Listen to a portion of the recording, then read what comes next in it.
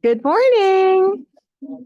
Hi, I apologize. I was running my mouth and not paying attention to the time. So we are starting a little late. I am Mary Beth Weber. For any of you who don't know me, I am the co-chair of the enrichment program for the Georgia Center for Diabetes Translation Research.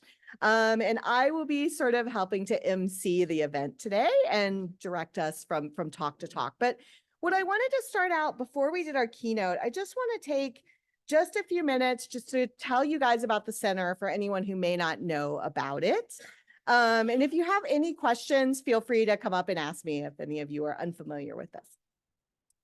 So this is just a picture of our center leadership. Our center is divided into several cores and programs. And over the course of today, you'll hear some updates from the different cores. And I am talking about enrichment, and then we'll also talk about the Pilot and Feasibility program after our keynote speaker this morning.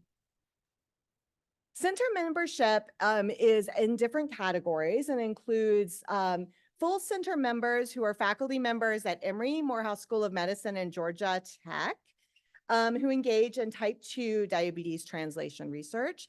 But we also have adjunct members at other affiliated institutions in Georgia and also Florida and Tennessee, associate members who are postdocs and research fellows, and affiliated members, which include students, staff, and community members. And I'm excited to look out at you guys because I see all of these categories here, which makes me really excited. So, and here we just have an example of three of our different current members, just to give you an idea of the breadth of work that researchers in the Georgia Center for Diabetes Translation Research are doing, as well as the different institutions they represent. I just want to briefly share with you the results of the engagement survey that we did in early winter of this past year. So every year we send a survey. Thank you for anyone who filled it out. This is a really valuable way for us as center leadership to understand both how you're using the center's resources, but also what you want from the center. Because in the end, our goal of increasing translation research in diabetes is only possible if people are excited about that kind of work and interested in what we're doing. So although we do have an annual survey, if any of you ever have feedback about what you'd like to see from the center in terms of small group activities, talk topics, special speakers, any of that, feel free to send me an email or just grab me on the hall and let me know, because we want to be serving the needs of the community at Emory and Morehouse and Georgia Tech who are interested in this kind of research. So very briefly, as you can see, the survey was completed by people across our partner institutions, although unfortunately, most of them were at Emory. So one of our goals is to continue to collect additional information, specifically from our colleagues at Georgia Tech and Morehouse School of Medicine, because we also want to know what we can do to help serve those communities as well better. Most of the folks who filled out the survey were at the assistant professor rank, although you can see we had faculty across ranks, and also individuals who had received PNF funding and who had not. And generally, people seem to be knowledgeable about many of our core functions, attending seminars, applying for PNF funding, etc. We also collected data on the sorts of talks that you guys would like to hear seminars on. And so we are currently working on having more seminars in these areas, which are listed here. We also collected some information to understand what sort of format you'd like to see these lectures in, and are trying to create lectures and panel presentations and also case studies that will fulfill the needs of different members. And we also asked specifically about what sort of small group activities that you currently wanted. And many of these we're currently planning. So we are doing a grant writing course in the fall. We settle on November. In November, we'll be doing a grant writing course, so look for announcements about that, and that'll be open to any of our membership. We are also currently exploring how we should format writing groups for people who are interested in doing those sorts of activities, and we'll continue working on these other ideas as well. I also want to announce the winners of the survey. So of everyone who completed the survey, we randomly selected 2 individuals who will get $1,000 in their discretionary fund. So congratulations, Jithan and Dale. All right, so I'm going to trade or slides somewhere else. Or are they in my thing? Okay, thank you. Oh, you're doing that remotely. Wow, That's so impressive. All right, I'm going to introduce our speaker, and excuse me for reading. I just don't want to miss any of the important background that I think you guys will really want to hear about. So Dr. Shrita Hill Golden is going to be our keynote speaker today. I had the pleasure actually of hearing her speak several times, but including at our national meeting for the Centers for Diabetes Translation Research. And all of us at Emory who were at that meeting were so excited and energized by her talk, and it really led us to think more deeply about issues around equity and disparity in new ways that we hadn't been thinking about lately, and we really wanted to be able to share her experience and her knowledge with you today. So Dr. Shrita Hill Golden is the UP McCormick Family Professor of Endocrinology and Metabolism at Johns Hopkins University. She also has joint appointments in the Welch Center for Prevention, Epidemiology, and Clinical Research, and the Armstrong Institute for Patient Safety and Quality. She's a distinguished member of the National Academies of Medicine, the Association of American Physicians, the American Society of Clinical Investigation, and she focuses her research on cardiovascular and diabetes risk factors in postmenopausal women and the mental health complications of diabetes. Her health service research aims to eliminate diabetes disparities and improve quality of care. Dr. Hill Golden has published over 275 articles in these research areas. In her leadership roles, including Executive Vice Chair of Medicine and Chief Diversity Officer at Johns Hopkins, she initiated community engagement, diversity, and health equity programs, including the Levi Watkins Jr. Mentorship Program and strategic responses to COVID-19. She is a recipient of numerous accolades, including the Walter Reed Distinguished Achievement Award and the Baltimore Sun 25 Women to Watch. So please join me in welcoming Dr. Hill Golden, our speaker today.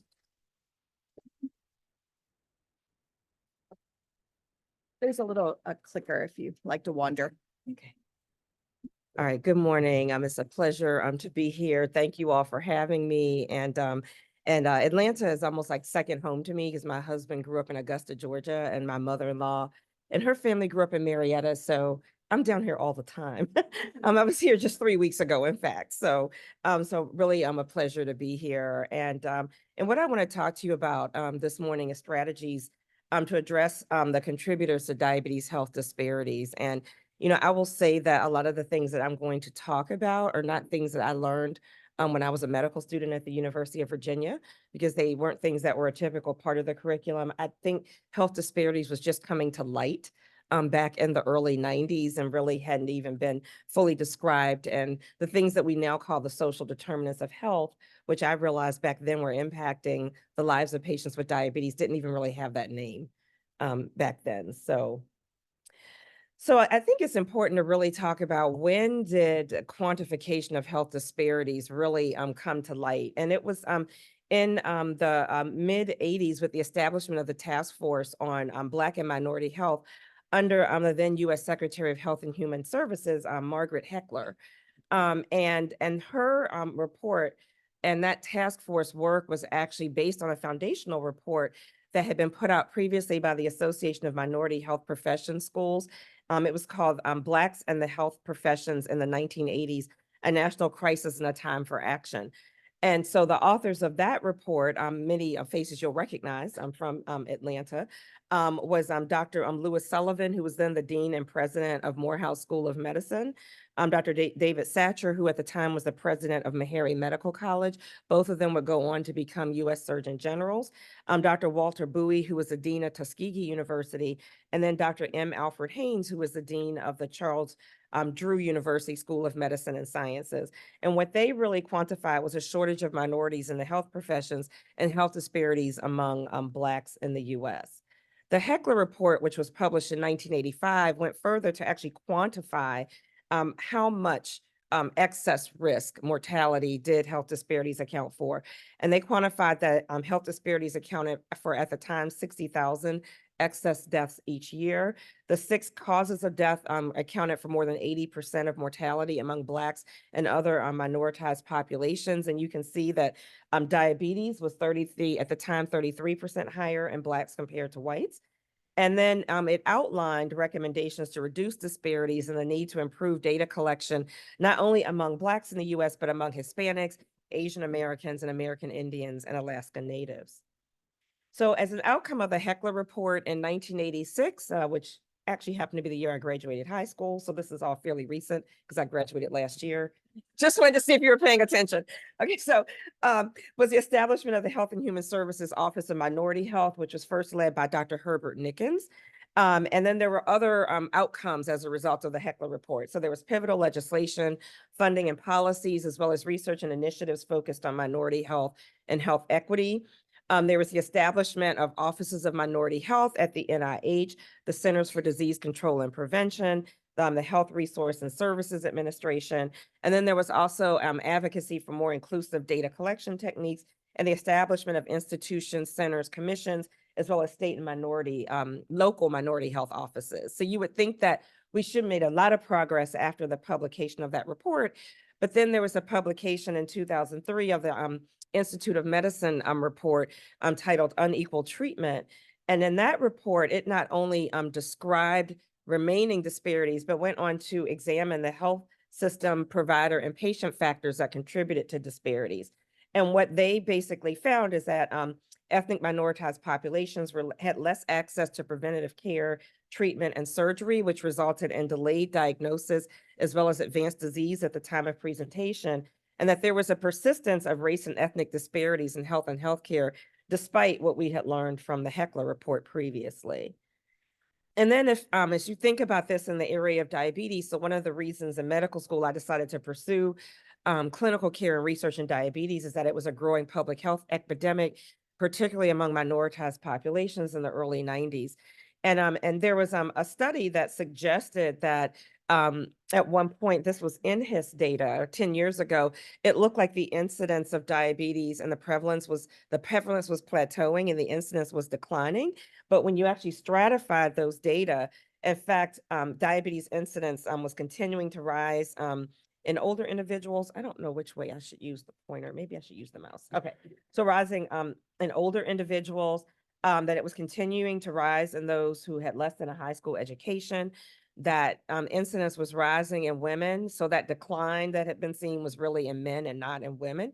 And then it was continuing to rise in non-Hispanic, Black and Hispanic populations. So really still continuing, even in the field of diabetes, we continue to note disparities. And these are data from the Centers for Disease Control, their National Diabetes Statistics Report from 2021 that show that we have the persistence of really a very high prevalence of diabetes in American Indian and Alaska Natives, in Asian populations, Black population, and Hispanic compared to white. So, so this has continued to persist. So this is my favorite quote of Dr. Martin Luther King Jr.'s, and it says, "Of all the forms of inequality, injustice in healthcare is the most shocking and inhumane." And that is because when people are ill, they're at their most vulnerable, is when we should have the most compassion for them. But unfortunately, medicine and science has not always done that. So I think it's really important to understand how we should intervene and move forward. It's important to understand how did we get to where we are today. So what is the historical, medical, and scientific context of health disparities? I'm going to start with that. And then we'll talk about the social context of health disparities, because again, that's really important in thinking about interventions. So, dating back to the time of slavery, a lot of medical and surgical advances were made at the expense of enslaved individuals, often without their consent, and using very barbaric approaches to really, perfecting medical and surgical procedures. So, a very famous example is Dr. J. Marion Sims, who's considered the father of modern day gynecologic surgery. He invented the speculum. And he experimented and repeatedly performed his procedures on enslaved women, not only without their consent, but without general anesthesia. And this was at a time where ether was available as a form of anesthesia. So that was an intentional omission. And he was rewarded later on with becoming president of the American Medical Association. So no one actually saw an issue with what, is clearly barbaric behavior. And then there was eugenics theory. So Dr. William Welch, who at my institution was the first dean of the Johns Hopkins School of Medicine and the founding dean of our School of Public Health, was an expert in the scholarship of eugenics, both nationally and internationally. And if you actually look at how eugenics was defined, as it was the science of improving a human population by controlled breeding to increase the occurrence of heritable desirable characteristics. So this was German inspired. This was actually the foundation for the Nazi Germany elimination of the Jews in Europe. And it favored a Protestant Anglo-Saxon and Northern European derivation. And it was a foundation for forced birth control, castrations, sterilizations, and euthanasias that happened from the late 1800s really into the mid 1970s.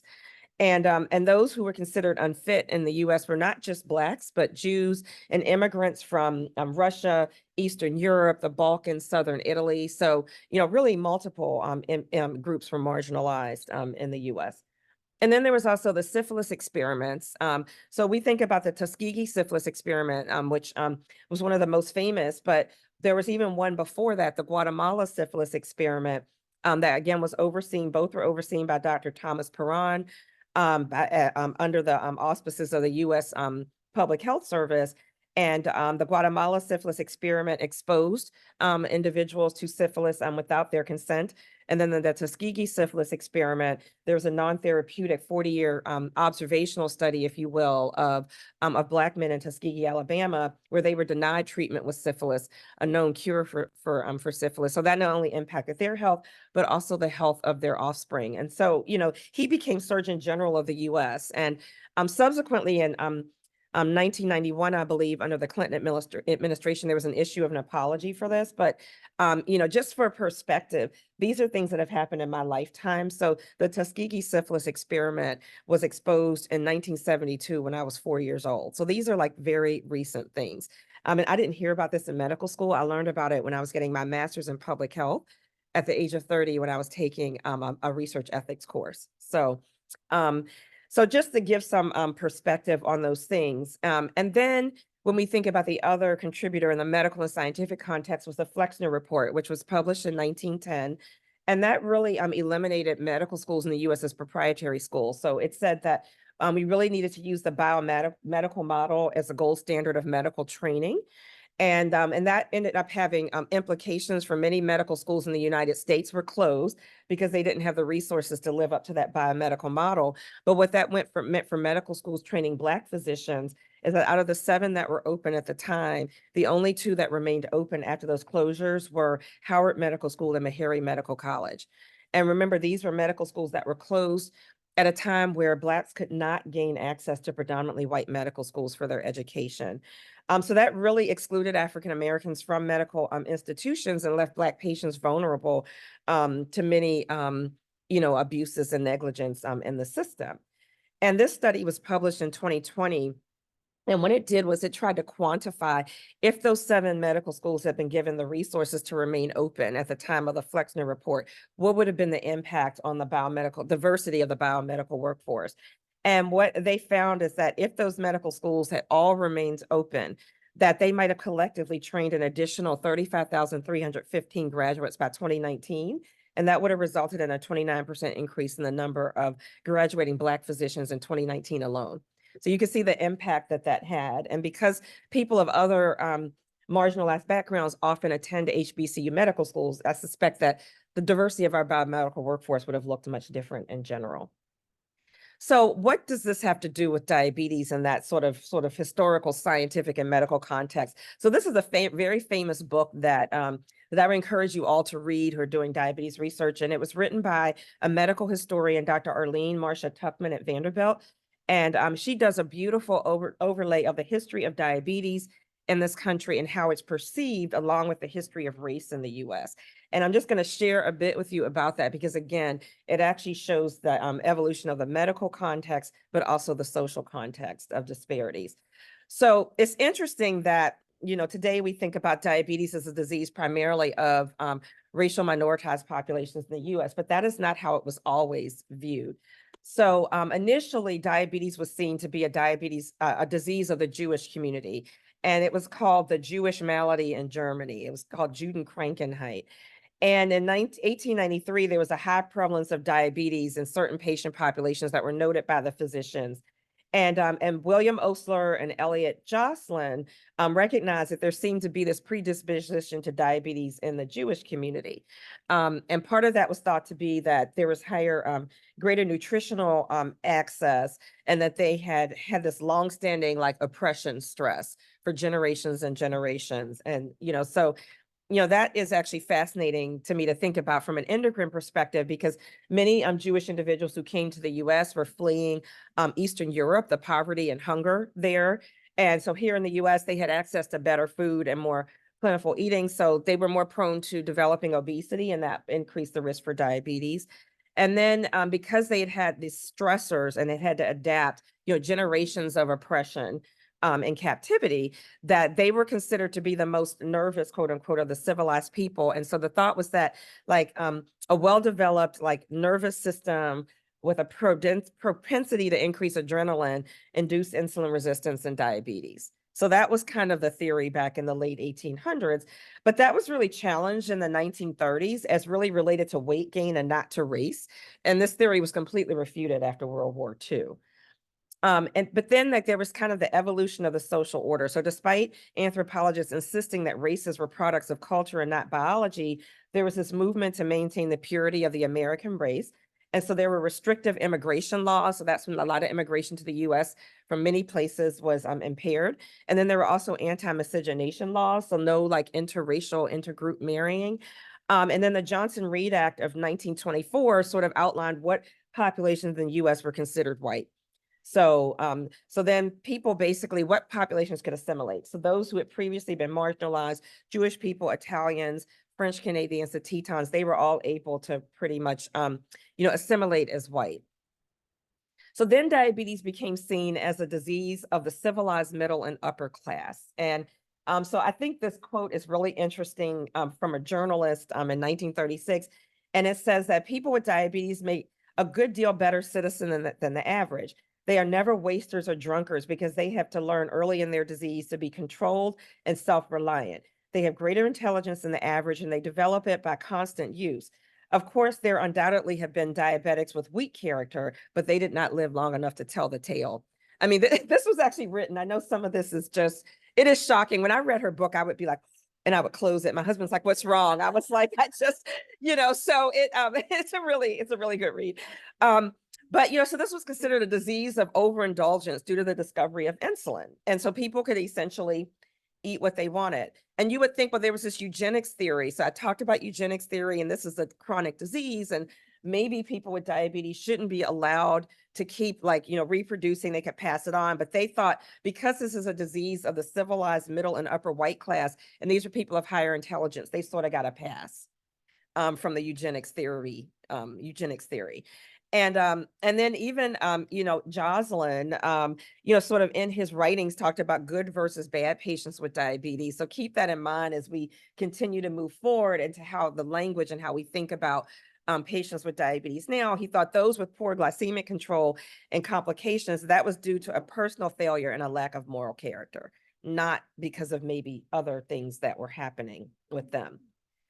So, but despite this view, by the mid-1930s, the U.S. Public Health Service was beginning to release data from their National Health Survey on chronic disease and disability, and they were beginning to note that chronic disease burden was more common in the poor than the well-off. So perhaps this is really a disease of poverty. And they noted that diabetes rose as poverty rose. And earlier reports did not address poor whites or people of color. They were only focused on middle and upper class white individuals. So this link to diabetes and wealth began to be questioned. And then if we look at diabetes in African Americans, so there were low rates of diabetes in African Americans in the early 1900s, because African Americans were just coming out of slavery. So In 1897, the diabetes in the Negro was considered rare. And I remember in the Johns Hopkins archives, there is a medical grand rounds given in the Department of Medicine, and it was a case of diabetes in the Negro. It was so rare that they presented it as medical grand rounds, which today just seems completely um, unthinkable to imagine. But at the time, many Blacks were dying from high rates of infectious diseases, so tuberculosis, syphilis, cholera, yellow fever, smallpox. This was before antibiotics and vaccines. There were also high rates of infant and maternal mortality, and African Americans were still engaged in very physically demanding jobs as sharecroppers, working as domestic laborers. So there was really an underestimate of the burden of diabetes in the Black community because they had infrequent interaction with the medical system. There was inaccurate recording of death rates, and it was unclear, who was Black. Like we weren't really doing a census in the way that we do it now. And then, in the 20th century, pretty much the medical establishment ignored the rising rates of diabetes through the early 20th century. So rising rates were first noticed by the Metropolitan Life Insurance Company, and in cities like New Orleans, Baltimore, and Atlanta, they were noticing this. But because this was considered to be a disease of the civilized, Blacks were not believed to have like that high enough sensitive nervous system to be at risk for diabetes. This is all published information. So they were believed to have racial immunity because they were believed to be a primitive race. But there were Blacks in the middle class who were largely being ignored, who were also at risk for diabetes.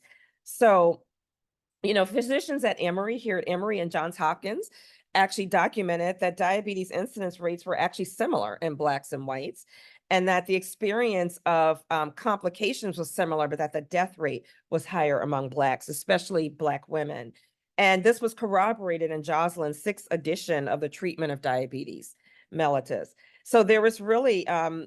Benjamin Jablons, who was the head of the Physicians Division of the American Jewish Congress, said diabetes is really not a racial disease. It's due to improved economic conditions, and food excess. So really it was environmental. This was the beginning of really seeing this as environmental.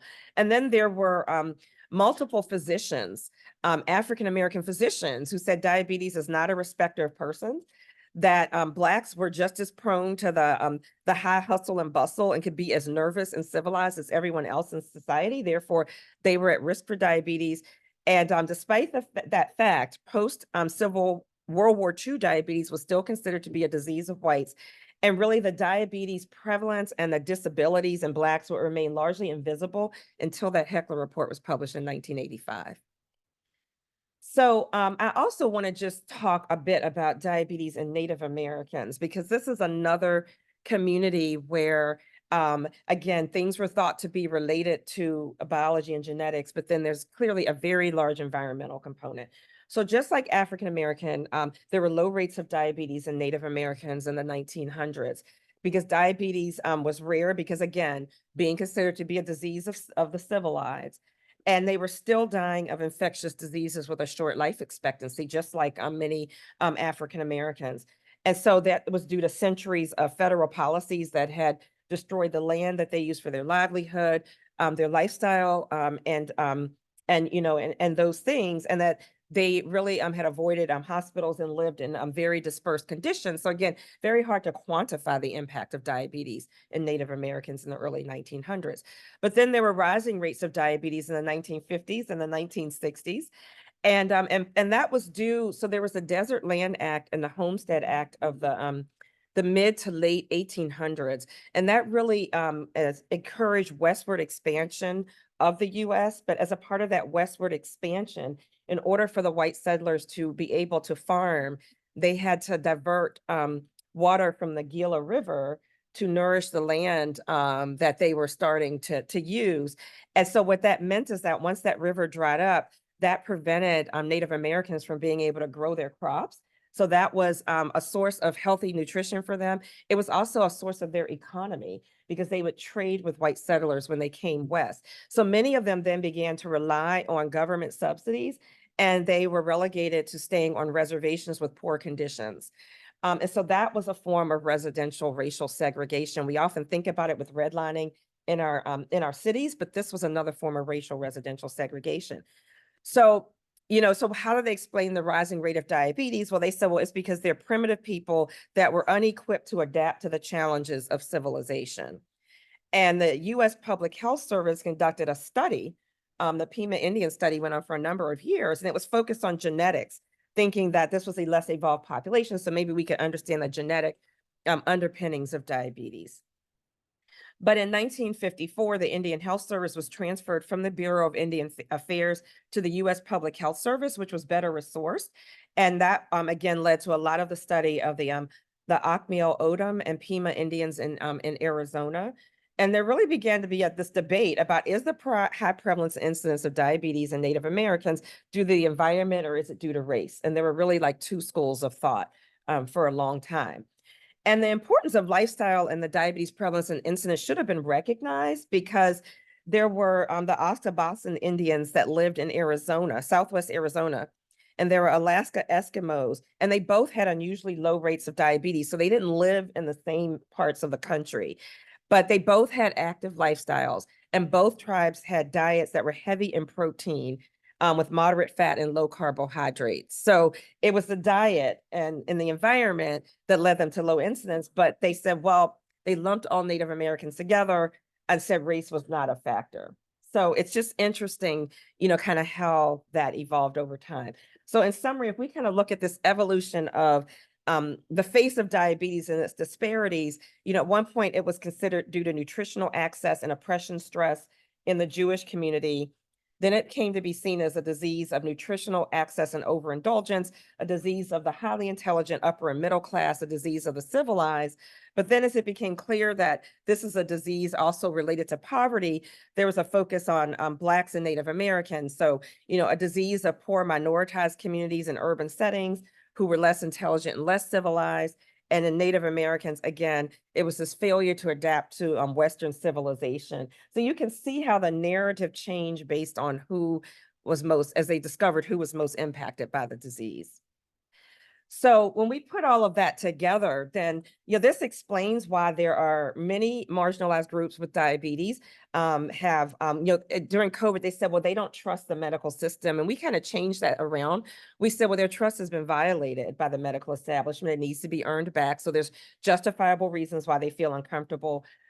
These things have resulted in language and communication barriers, and then healthcare provider bias toward minoritized communities that persists in healthcare today, that really results in a poor quality of care, less participatory decision making in the clinical setting. And as we think about this in diabetes, as it became seen as a disease of the poor and less intelligent, it's like, well, they aren't as capable, less likely to be cooperative. So, it's more that became this paternalistic view of how we need to, assist them. Many of them were seen in understaffed clinics, funded by Medicaid, where they were seen by medical students. So this experimentation mentality continued. And there was this thought that they need professional guidance for their diabetes management. They can't really be a partner in that management. And so some of these, biases still persist today, which is why CDTRs are very important in changing that narrative. And if we think about bias, in healthcare, physicians and researchers think that they're immune. Well, we just look at the data, but it turns out that physicians exhibit the same implicit biases as the general population. They tend to favor those who are young, thin, rich, heterosexual, and white. Physicians, fortunately, do not generally report explicit race bias, but the implicit bias can impact clinical decision-making. So for decisions where there's an objective finding, like what is the hemoglobin A1C says you have diabetes, or your blood pressure, this is a cutoff for hypertension, there's no bias. But if there's subjective decision-making, like pain management is a prime example, then they will be less likely to provide the appropriate treatment. So this is very well studied in women and in minoritized populations like women. Black patients are less likely to have their pain controlled after surgery than are white patients. So that would be an example of that. So that's the medical and scientific context. What about the historical social context? Because I sort of began to allude to that. So again, as the diabetes narrative changed, there were advocates for marginalized communities who really said, no, the environment and the policies are what are contributing. So there were Native American activists who said that really that the diabetes rates were really tied to colonialism, and they rejected this notion of privileged versus civilized as a contributor. And they began publishing about the Gila River damming and the diversion by the white settlers and how that had led them to have to move to reservations. So Peter McDonald, who was the chair of the Navajo tribe during the 1970s, really was a leader of this. He cited the water shortages, the substandard housing, the lack of refrigeration, unhealthy food. We found out during COVID that there are some reservations that still did not have running water. And then Dr. Taylor McKenzie, who was the first Navajo medical school graduate, pushed for the Indian Healthcare Improvement Act of 1976. So a lot of advocacy. And then for African Americans, Dr. Richard Allen Williams, who's an assistant, who was the assistant medical director at the Martin Luther King Jr. General Hospital in Watts out in LA. Published a textbook on Black-related diseases, and Dr. M. Alfred Haynes, who was a very famous epidemiologist, wrote about the gaps in health status between Blacks and whites, and really tried to quantify this. So, they began to advocate and to really call out these historical practices. So, I kind of talked about what happened with the Native American population and how they experienced residential racial segregation. This also happened in the Black community. And many of you've heard of redlining. And so after the Civil War, there was a period of Reconstruction in the South, and African Americans made a lot of progress. They were represented in Congress and really began to get an education. And then when the federal troops were withdrawn from the South in the Reconstruction era, then the Jim Crow laws rose in the South, and that really was set to re-oppress individuals. So many African Americans moved from the South to cities up north. So in fact, my family moved from South Carolina, North Carolina, and Central Virginia and came up to the Washington, D.C. area. That's how I ended up in Maryland to escape, those laws. And so when they would move into a neighborhood that was a predominantly white neighborhood, then there would be what's called a white flight, where whites would leave that neighborhood and move to another. And so then, realtors who really wanted to just turn that neighborhood over to an all-Black neighborhood would give these mortgages that were high prime mortgages. They had a high likelihood of default. And once there was a lot of default in the neighborhood, they would consider that a risky neighborhood to give more loans to more wealthy individuals. So they would literally draw a red line around it on a map. So this is a red line, a map of Baltimore City from 1937. And you can see these areas here in red are considered hazardous for lending. These neighborhoods are probably all Black neighborhoods at that point. And then you'll see like this kind of like bright yellow color. Those were considered declining. So those are probably mixed neighborhoods, probably Black and Jewish, Black and immigrant, that type of neighborhood. And then they had still desirable. So still desirable were, these blue areas. And then what were considered the best were these bright green areas like right here. So for any of you that have ever been to Baltimore, a city, or spent time there, I've lived in Baltimore for 30 years now. Hopkins is kind of over here in this area. University of Maryland Medical Center is over in this area. Those are two big academic health systems. And then this bright green area is an area called Roland Park. And that is where like a lot of the faculty and wealthy individuals in Baltimore City live. So 100 years later, that is still what the landscape looks like. And the difference in life expectancy between these formerly redlined areas and these bright green areas is 20 years. 80-year life expectancy versus a life expectancy in the 60s. And you can see this Baltimore City housing ordinance from 1910 that basically said Blacks and whites should really not be forced to live together. And even though the US Supreme Court decided this was unconstitutional language, it remained in a lot of neighborhood ordinances. So what is the impact of this? So what in Baltimore City, we have what we call the Black butterfly and the white L. So the wings of the butterfly are where predominantly our Black community lives today. And the L is where our white community lives. And the areas that are predominantly African-American also are areas that have low income and high unemployment rates. So again, 100 years later, this is the impact.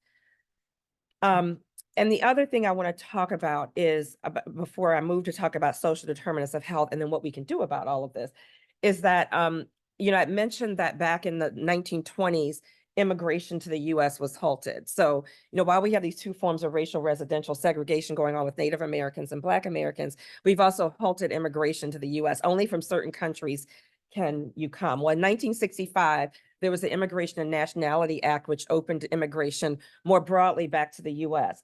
So many individuals immigrated from Mexico. And it was noted that there were high rates of diabetes and obesity in Mexican Americans compared to whites, even in the same neighborhood. And that was attributed to their Native American ancestry. They said it was a thrifty gene concept, and which challenged them being accepted as being fully American. And they applied this to Cuban and Puerto Rican immigrants as well. So again, another lumping, but again, advocates were like, no, a lot of this is really about the need for greater access to health services and the need for bilingual materials and bilingual healthcare providers. And then Japanese Americans were another community. When they came to the US, there was noted to be an increase in diabetes following their migration due to a change in diet and physical activity. And 1950s was an inflection point where many of the Japanese Americans were able to transition from migrant labor and poor economic conditions to improved standards of living. So it was argued that the higher rates of obesity and diabetes are due to us as a sign of successive assimilation. But what they failed to really acknowledge was that there was inadequate nutrition and discrimination and access to jobs still, and that there was also the stress and strain that the Japanese Americans had experienced during the internment years during World War II, when they were, kind of imprisoned in their own country.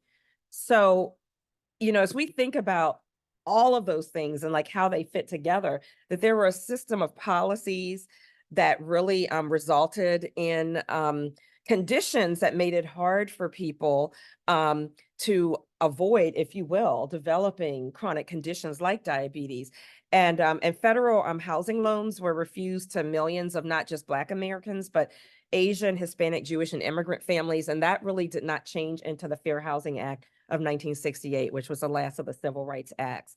So, this is kind of how structural and institutional racism can then impact the environment in which people live. So you have neighborhoods with poor stability and cleanliness, no sidewalks, open spaces, or parks to engage in physical activity.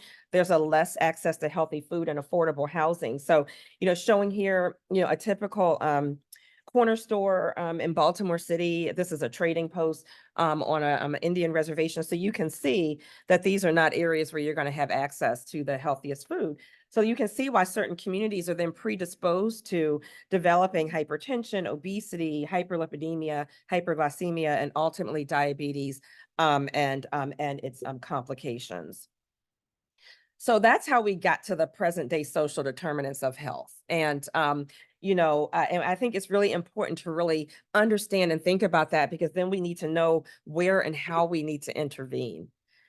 So if we really look at the Heckler report that I shared earlier and do a post-mortem, the recommendations in the Heckler report really focused on lifestyle choices and on behaviors, but it really did not focus on the need to further desegregate our medical institutions, the need to improve access to quality healthcare, or to increase investments in preventive medicine. It really focused on interventions to change people's behavior, but not to change the conditions that are impacting people's behavior.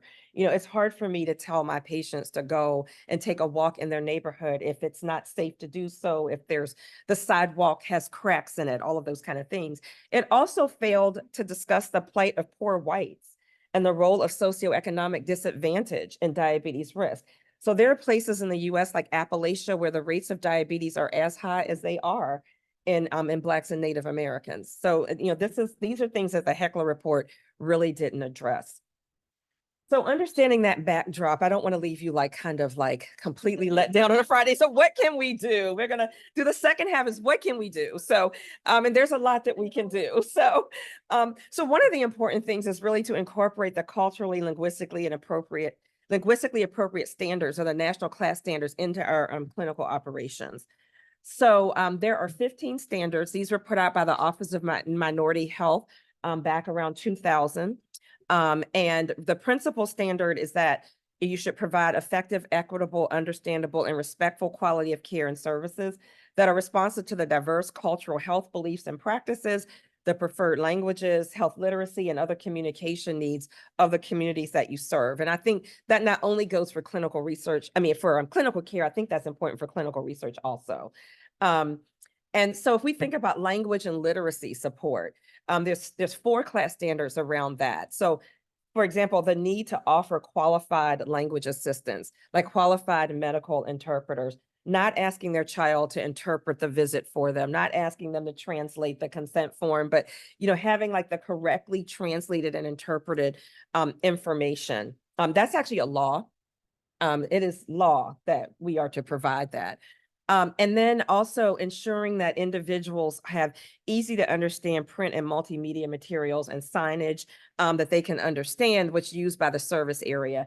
So this really struck me during COVID, because I'm sure you all were doing this here too, but at Johns Hopkins Medicine, we were making all these fancy websites about COVID and all these things. And I was really engaged with our community. I was like, as lovely as you think our websites are, like, the people that need to read these are not reading them. I said, but they are on like TikTok, Facebook, and Twitter. I said, so we need to get on there to get the message out. So that is what we ended up doing. So it was really important to collaborate with diverse media. So we use people in Baltimore listen to Urban One Radio. I think there are syndicates throughout the country. But they were listening to Urban One Radio, and Afro News is the largest African-American newspaper in the country, founded and based in Baltimore. That's what they were reading. And so we partnered with trusted community messengers, local pastors, local community activists, paired with our medical experts, and we did virtual town halls for the community that could be live streamed on Facebook. And what was amazing is we were able to reach like over 20,000 listeners when we did this program with Urban One Radio, because people could share, they could share the Facebook post. We did one with Afro News where we reached over 21,000 listeners. And this one in particular reached a younger audience, like our young adult and middle-aged audience who had all kinds of creative reasons why they weren't going to get vaccinated. And so we were able to reach them with that. And then we have a large immigrant and Latino population in the DMV area. And we had one that we did with El Tiempo that was done completely in Spanish. And that was included our senior vice president for human resources, who's Puerto Rican, and one of our infectious disease specialists, Dr. Kathleen Page, who's from Uruguay. So, we realized that we could reach the masses by using the things that they listen to and not expecting them to look at all the things that we were necessarily putting together. So that's just an example of being able to communicate with audiences in ways they understand. And then the other is around data collection. Like, it's really important to collect accurate and reliable data. Like, people always think, oh, if we ask our patients and our research participants about like their race, they're going to get upset. It's like, no, they're not. They actually know what it is. You can't guess what you think it is. So, we have trained our access services staff on how to collect race, ethnicity, and language data. We gave them a set of objectives. Like, we explained, why are we doing it? I think it's helpful for staff to understand. We made the business case for cultural competence and data collection. We defined what race, ethnicity, and language data were for them, and then how to collect that information, how collecting it can help eliminate disparities. And we gave them like 3 questions. So basically, just ask the patient, how do you identify your race? And we give them the list. Read off that list to them, the federal categories, and check that off. Do you consider yourself Hispanic or Latino? Yes, no. And what is your preferred language for medical discussions? Because if you ask people if they speak English, they might say yes, but they might prefer for their medical visit, which is more complicated, to be in Russian or Mandarin. So, so these are the 3 questions that our access services staff ask now, because people are making all kinds of guesses and they would often be wrong. And why is it important to get this data collection right? So now there are external hospital health equity metrics that really the Joint Commission and the Center for Medicare and Medicaid Services, as well as HEDIS measures, are requiring hospitals and ambulatory settings to stratify their quality and safety data by patient demographics to identify where are the disparities so they can design interventions to address those disparities. So this has really become a part of clinical care delivery policy. So that's kind of on the, that system part of things. And then it's also important that we intervene to address the social determinants of health. So there was a really excellent comprehensive review written by my dear friend who passed away just about a year ago, Dr. Felicia Hill Briggs. She's a past president of healthcare and education for the American Diabetes Association, and wrote one of the most thorough and comprehensive reviews on social determinants of health and diabetes. And in that, she and her co-authors outlined interventions, because people will say, well, why should we collect data on social determinants of health? I mean, can we do anything about it? And the answer is yes. So we know that successful interventions for eliminating diabetes health disparities target multiple levels. So first level is the patient and interpersonal connections rather than computer-based interventions that use face-to-face interventions, social networks, family and peer support, as well as community health workers and interventions that are culturally tailored, improve glycemic control and diabetes-related knowledge. And again, this is a really impactful study that Dr. Hill Briggs led called Decide, Decision-Making Education for Choices in Diabetes Every Day. I believe the CDC has adopted this as one of their self-management diabetes problem-solving self-management interventions. But this was done in urban African Americans who were low literacy. And basically, whether or not that intervention, it was a problem-solving intervention that taught them how to identify what were the barriers to their diabetes care and to develop plans to overcome their barriers. And what's nice about that is when the intervention is done, they have actually put those mechanisms in place so they can manage on their own after the intervention. So whether that was delivered as a self-study, as in individual sessions or in group sessions, they all resulted in a decline in hemoglobin A1C and also an improvement in blood pressure and lipid control as well. And then the other level we have to intervene on is the provider level. So for providers, in-person feedback rather than computerized decision support helps to change their behavior and improve diabetes outcomes. And then after we've intervened at the patient and provider level, we have to intervene at the health system level. And so that's really thinking about disease management. So approaches to identifying diabetes populations through registries, making sure that that disease management programs incorporate clinical practice guidelines, and also using health IT to track and monitor achievement of goals, and addressing care management. So what are the barriers to adherence that patients have? What are ancillary services they need? Like, do they need transportation to come to the appointment, or should we be going to them? All those kind of things help to improve diabetes outcomes. And then finally, the health system ecosystem needs to really be in alignment with the community. So really developing culturally tailored patient education and empowerment and community coalition building and advocacy is really an important part of that work. And we know that that improves minority health care, and it improves and reduces race and ethnic disparities in care. So this is an example of an academic community partnership with the diabetes prevention program model, overseen by my colleague, Dr. Nisa Maruther in our Division of General Internal Medicine. And so in this intervention, the sort of our academic group is in the Brancati Center, where they actually train and oversee the DPP coaches. There's a lead coach there. They lead the implementation, the data management. They submit data to the CDC, all of those things, and provide the wraparound services. The community partner, they really serve as champions. They volunteer to serve as coaches, provide the facilities and help with logistics. And together, they really manage the recruitment, retention, and the team meetings. So you can see this is in the basement of one of the churches that DPP intervention is delivered in. And you can see there's a host of community partners like churches, community centers, like a large number of community-based organizations with which she's partnered on this. And the retention rate has been high, 71%. Session attendance was 92%, and the average weight loss was 5.2%. And if you remember, for the clinical trial, it was 7%. It was the average weight loss. So this was really, pretty impressive. And Dr. Maruther's also led a demonstration to do this for a Medicaid population. So this kind of shows the importance of that academic community partnership in achieving those goals. So then if we think about the 6 cross-cutting themes of successful disparity interventions, it's really to target multiple patient barriers rather than a single solution. Interventions need to be culturally tailored and use multidisciplinary teams. They need to employ interactive skills-based patient training rather than passive learning approaches. And they need to use patient navigators and involve the family and the community. So, so that's kind of how we can intervene on the health system side. What about the neighborhood and the built environment, like housing and food security and those things?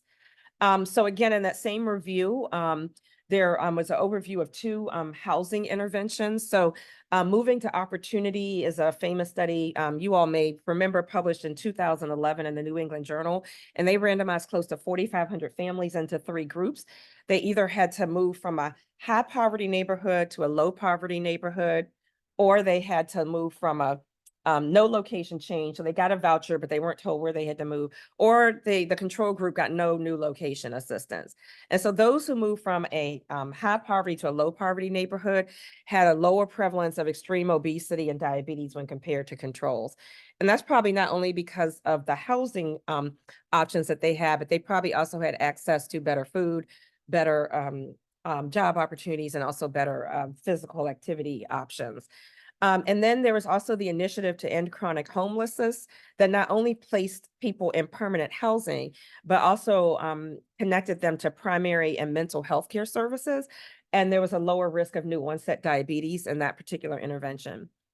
Most of the policies focused on the built environment have really been focused on improving walkability and green space infrastructure. And that's resulted in improvement in obesity, which is a strong risk factor for type 2 diabetes. And then in the food environment, increasing grocery store prevalence in low-income neighborhoods has lowered diabetes prevalence. And then also diabetes targeted food and self-management care at food banks. So not only providing food to address food insecurity, but also providing like diabetes self-management education around monitoring and what foods to choose has improved not only blood sugar, but nutritional consumption and food insecurity. So, again, and these are kind of academic, policy, community-based interventions. And again, why is this important? Because now the Joint Commission, CMS, NCQA are holding organizations accountable for collecting data on health-related social needs. The Joint Commission says you can select the population that you deem to be the highest risk in your organization. CMS says you need to screen everybody. So I know like we started with inpatient screening and they're moving to ambulatory next, but it's a big lift. And the next thing will be once you've identified patients that have these needs, then it's like, okay, then how do you begin to address them through partnerships with community organizations? And I think this has implications for research also, because, if patients don't have transportation or they've got other barriers, it can be very hard for them to participate in clinical research. So I think it has implications. So the final thing I'll say about what you can do is, as scientists, we can really like use our voice. I was not much to really think about talking to legislators and those kind of things until COVID hit.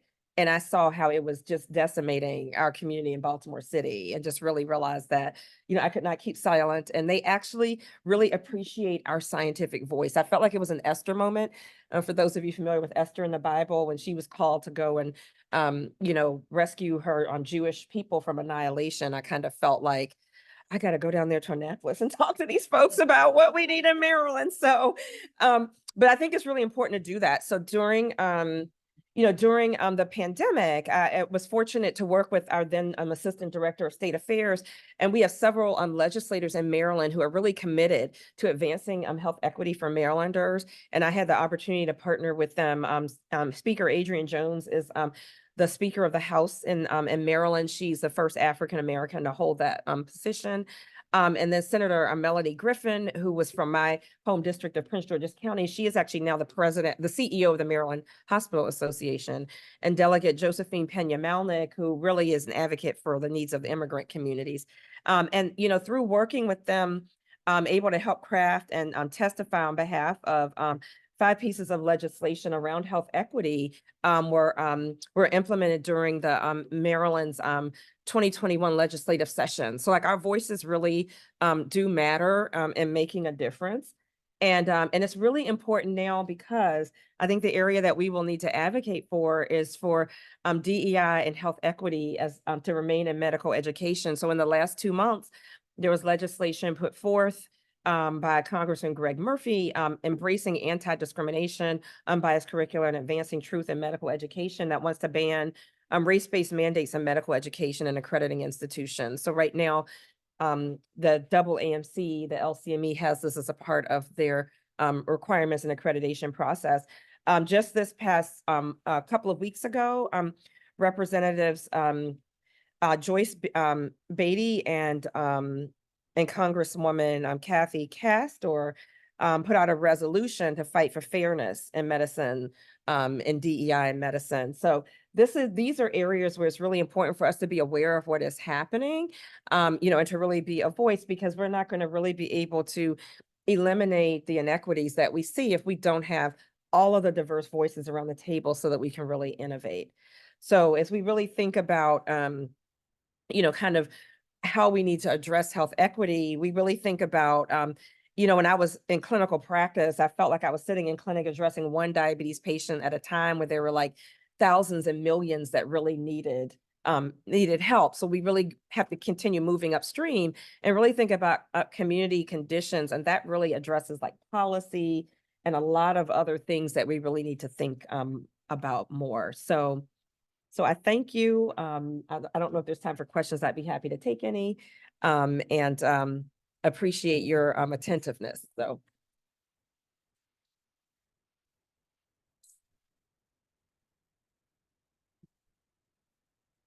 Questions, if anyone has questions. This one right here. Jeff's gonna bring the mic around because we have some ones.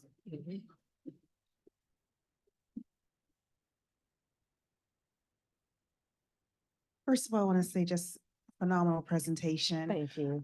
So I am doing research on the number of amputations that are occurring in predominantly underrepresented communities in the Southeast, and looking at the crisis specifically in Columbia, South Carolina, where it's just continuing to get out of control, where upwards of 10 per 10,000 individuals are receiving their limbs, having their limbs cut off due to the crisis of diabetes. And there seems to be no attention to a lot of these matters in Mississippi, Georgia, Alabama, Louisiana.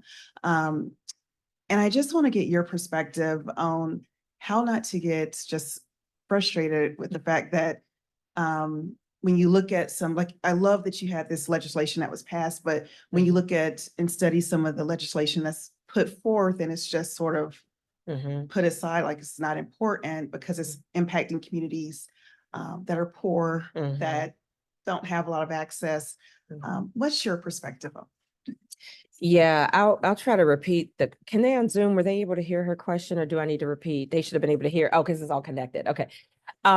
Yeah, so it can be very difficult not to get frustrated. So I think that's where the advocacy is important, because one of the first places to change is actually the healthcare system itself. Because, why is there a delay in diagnosis? So often there's a delay in diagnosis because of peripheral arterial disease or neuropathy. So that can be part of the challenge. And I also think that we expect a lot of times for the patients to come to us, and I think that we need to actually go to them. So what was interesting to me during COVID is that we were able, in Maryland and parts of Maryland where typically people are hard to reach, we were able to get most of the state vaccinated because we set up mobile vaccine sites throughout the state. So I'm like, well, why don't we have mobile chronic care clinics throughout the state as well? Because someone's going to feel more comfortable coming to their church basement and getting a screening done than they are going to say coming to like an Emory or a Johns Hopkins or MUSC. And I think the way that we deliver healthcare is still very boxed in and reliant on like the building itself. And I think we need to go outside of the building. And we just don't seem to have quite reached that yet. And because I think that's really the key to reaching those most marginalized communities, because you can have a special clinic, you can have it open on Saturday, you can do these different things, but I think that there's a comfort about it being done in the community. And I think we have to feel more comfortable going to them. Because like you said, even if you pass the legislation and things are put in place at the healthcare system, they still aren't going to come. So I believe we need to go to them. Like I've joked, if there was a job I could get paid to do to set up like clinics outside of hospitals and get like CLIA certified labs in community centers and church basements, I would do that, because I just really think that that's how we're going to really reach those people. Yes. Sharita, this was terrific. Thank Thank you for you. coming and Good for to this see you. talk. I'm struck by the upstream determinants of health, housing, social determinants. And I remember the moving to opportunity data giving a really nice signal that, hey, something is possible for downstream effects on diabetes and other things. Mhm. And I kind of wanted to ask whether you think there's been follow-up to that, because I think Mhm. somewhere around 2016 or maybe 18, there was this conversation of health systems even providing housing for their frequent flyer Mhm. populations. Mhm. And so I guess it's a two-part question. One, Mhm. has anyone evaluated that? And two, Mhm. was that done for the right reasons, or do you think it was done for a much more financial incentive for the health system as opposed to for our communities? Yeah, so it's interesting because that original study was funded by HUD, Housing and Urban Development, if you'll remember. I think it's some in California. I know that there was a health system that was building like community housing. Now, I don't know if I haven't seen any data, any outcome data on that yet. In fact, I'm not sure if they're still building, but I know that there was a health system out in California that was doing that. But I don't think that health systems still see that as a part of their responsibility. And it's tricky because, they will think of like basically what will make health systems move toward doing something like that is it has to come from like a joint commission or a CMS, because still the things that hospitals get accredited for right now and they get evaluated on, because I spent a lot of time in quality and safety work it's like things that are happening in the hospital, but not like there aren't parameters like how much money, like we have our community health needs assessments that our health systems have to do to maintain their tax exempt status. So it's supposed to be, what are the community health needs? And then how are you investing in the community to meet those needs? And there often is not always alignment between what that report shows and what they do. And so I think it's really important for health systems to work with their government and community affairs teams to make those things more aligned. Because I don't know if they have to necessarily build it themselves, but if there's a community-based organization and they just need funding to help support this, like to me, that seems like that should be where they should commit some of their resources. But there are some people that feel like healthcare should not have anything to do with any of that. But for those of us who manage diseases like diabetes and do research in it, if we don't do that, it's going to be hard to make any progress. So I think it's changing the view of what their responsibility is.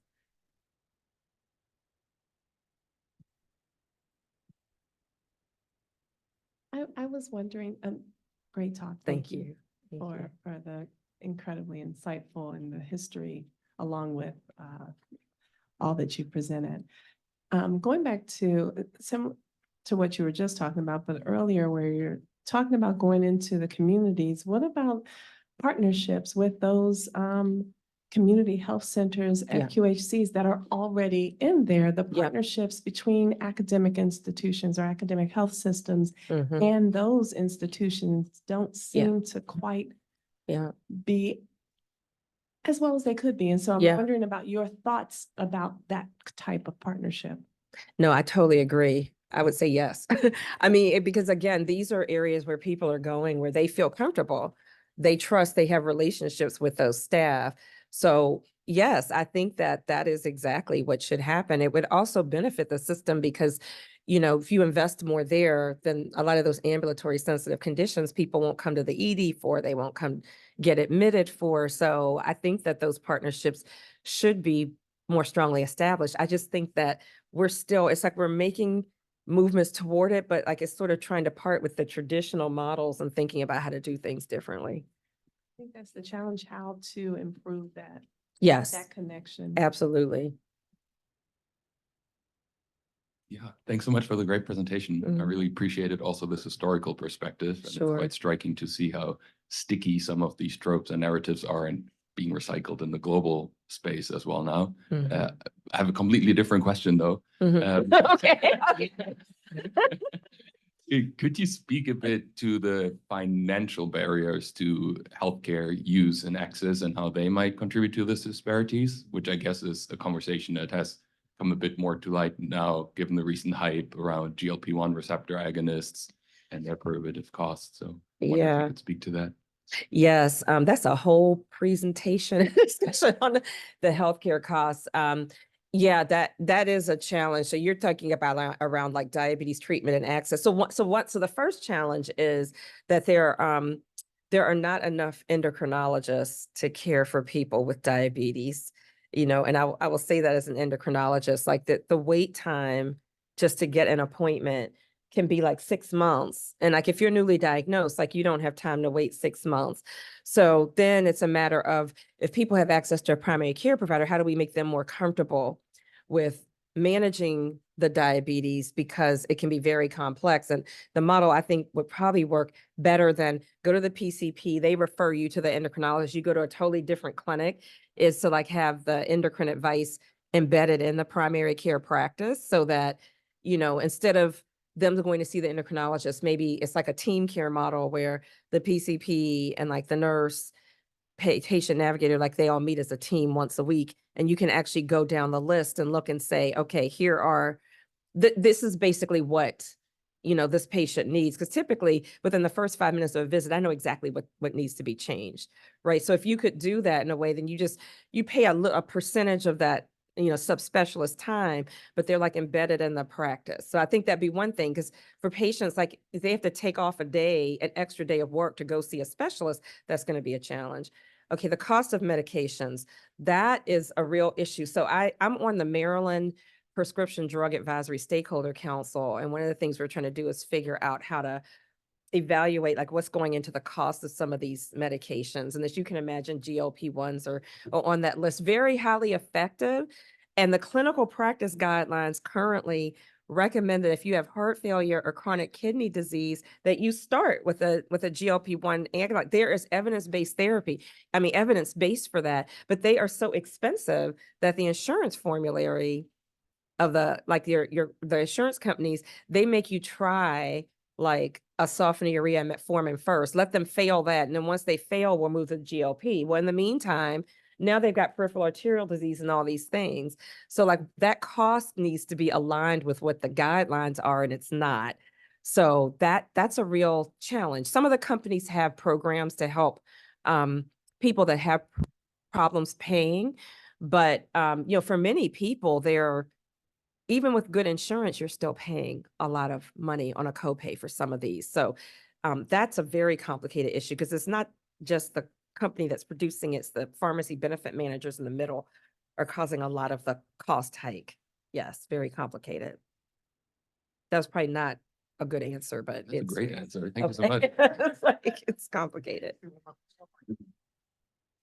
Thank you for this wonderful talk. So you managed to take a very heavy, distressing history, cover all of that, and then leave us, I think, at least leave me in a very energized state of, no, we can still do something. So, Right. and you're clearly a master communicator. Mm. So my question is around that, how you pulled that off, because as an educator, right, as an educator and as a researcher working in health disparities, Yeah. and when we talk about upstream social and structural determinants of health, the narrative gets very depressing, disempowering. Mhm. Increasingly speaking with trainees and colleagues, it all just feels so intractable when we get into root causes. Yeah. And then we end with a few interventions, some small steps for actions. I'm just curious, what have been your experiences with navigating that tension and sort of, with good cause, describing the environmental constraints, but then leaving space for action, and just if you could share your reflections on that. Yeah, no, sure. I mean, I've always been a firm believer that you can't know where you're going or how to move forward if you don't know where you've been. So I think the history is really, really important, because if you understand the history and what the barriers are, then you'll know where the interventions need to take place and the multiple, levels of them. I mean, my parents are 88, so just a point of reference. He's always been a very big proponent of civil rights history. Like he and my brother were at the 63 March on Washington. And, so I sort of grew up always needing to understand the importance of history. But I think the reason understanding history as it relates to medical care is important. And I spent 4 years as a chief diversity officer. I recently stepped down, but the previous for 4 years, I was doing that. So I had to learn how to navigate conversations where, people would be like, well, I just don't believe any of this is real. And what it really is, and someone recently, I was somewhere, I don't even remember, they said, well, the reason that Black women are dying, in childbirth, it really is because they don't, they don't have access, and it's the air pollution and the poor water. And I said, no, I said, my colleague who's a physician that almost died from HELLP syndrome when she had her baby, no, she didn't have any of that growing up, and so just really like understanding, being able to describe, because there is a scientific narrative and a historical narrative.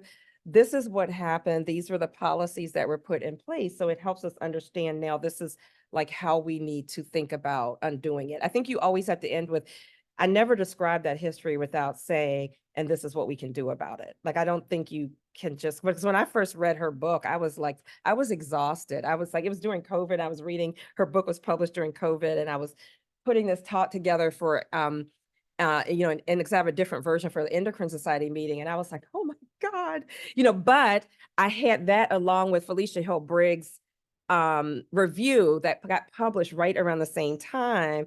And one of our junior faculty and I were asked to write a commentary to her review. So that enabled me to juxtapose the two things in a way that's positive, like how can we move forward and make a difference? So, but I think it's really just presenting it matter of factly, like we do our logistic regression models. I know that sounds crazy, and I'm an endocrinologist, so we talk about molecules, and I'm like, I'm going to just describe, the history of racism, like I described to you, the hypothalamic pituitary adrenal axis. This is what it is, and try to like remove the emotion from it and just stick to the facts of the matter. But and it's a part of my own lived experience. My grandparents experienced the Jim Crow South, and like I can't like take off that part of my experience and pretend like that didn't happen, because that did shape like who I became. So I think that's another part of it.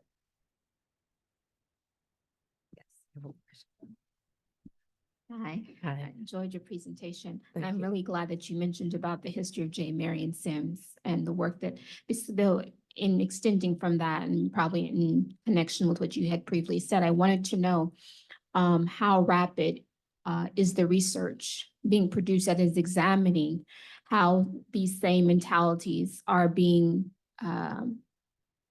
utilized today, whether consciously or unconsciously. So for example, when we talk about, pregnant Black American women or others, the fact that you have found not only those who are pregnant or dealing with other diseases such as diabetes or others, that they're giving low dosages of pain medicine, giving lower dosages, and whether it's consciously or unconsciously.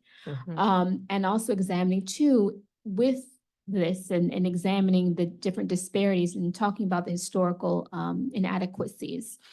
Are you seeing more of a push for medical facilities and institutions starting to accept these other traditional forms of medicine that, whether it be Black American or Latino or Indigenous Native American, are utilizing that as reflective of their culture and is working? You do have when we talk about diabetes and so forth, various cultural practices that are utilizing certain foods as a way to maintain that, the growing of their own food, making sure that the land is healthy so that, you're not using all these toxins and other unnatural things within the food that is contributing to this and contributing to, when we talk about gene manipulation, all those other things? Or is there more research that are also examining, in Black American communities, you are having a growing, thriving community of birth doulas and midwives that are getting stronger and stronger. Yeah. Some of them are actually getting degrees in higher institutions of learning, but are really trying to in addition, not only working with diabetes, especially pregnant women who have diabetes, but just the whole maternal health in general, to ensure that, we are giving the most natural and healthy ways to assist to decrease these mortality rates, because it's also dealing with practice that some of these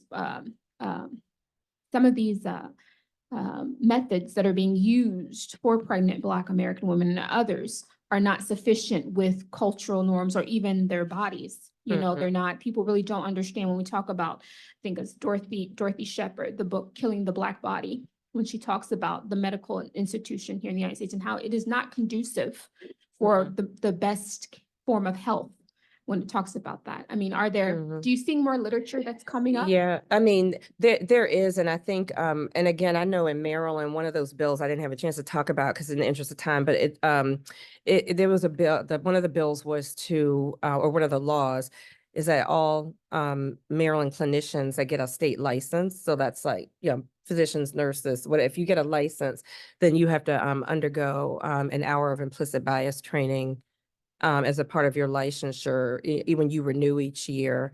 The other thing in Maryland, they have something called the MD Mom program, where all birthing hospitals in the state of Maryland had to, they have specific module focused on implicit bias in the birthing setting.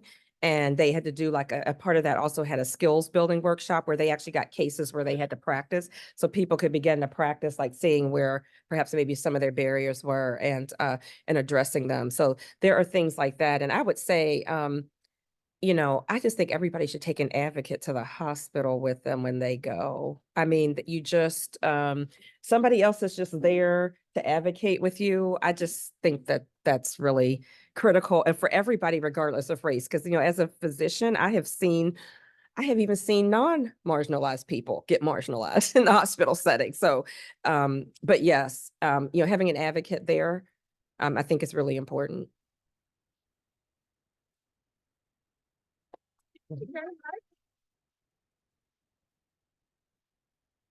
Hey, I told you guys you'd enjoy that talk. You can trust me. So we're a little behind because we started late, which was kind of my fault. So I apologize again. But I haven't seen some of you folks in person in so long. It was hard not to, talk. So instead of taking a full break, I thought we would just take 5 minutes to stretch our legs, get some coffee, run to the restroom, and then when we come back, we will start with the pilot and feasibility rapid talks.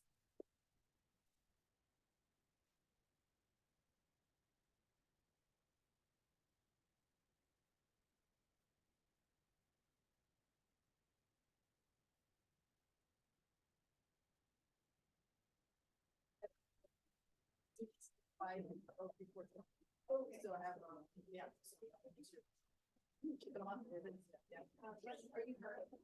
don't know. I'm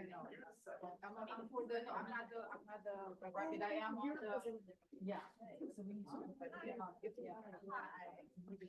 yeah, okay. Yeah, this is great. I brought it here too. No, mine, like, yeah. I know. So much more interesting.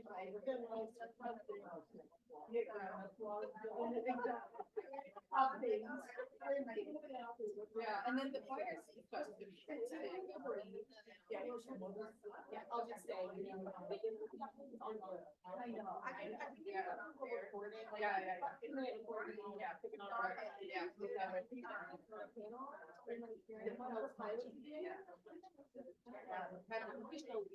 yeah. Like we should have, but it's. Yeah. So it's like.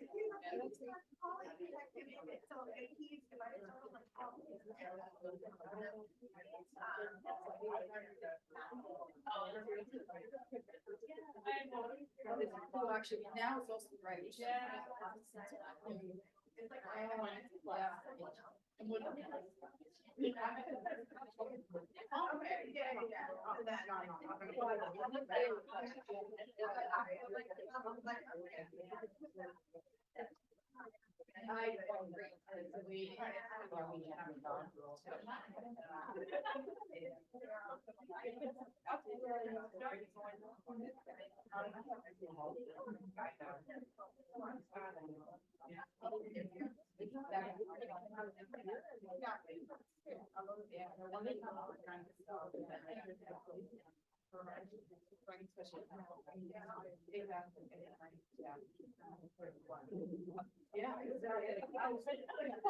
yeah,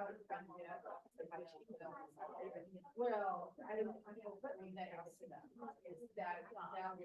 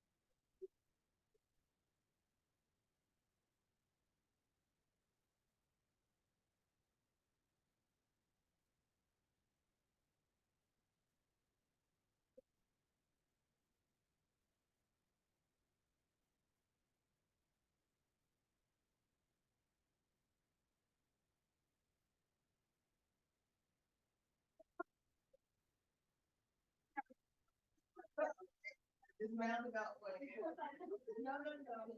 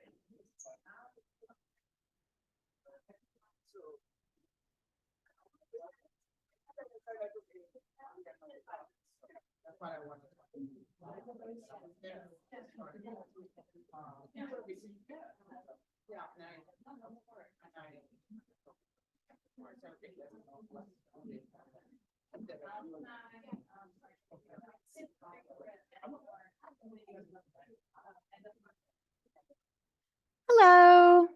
We're going to go ahead and start while people are trickling in since we're behind.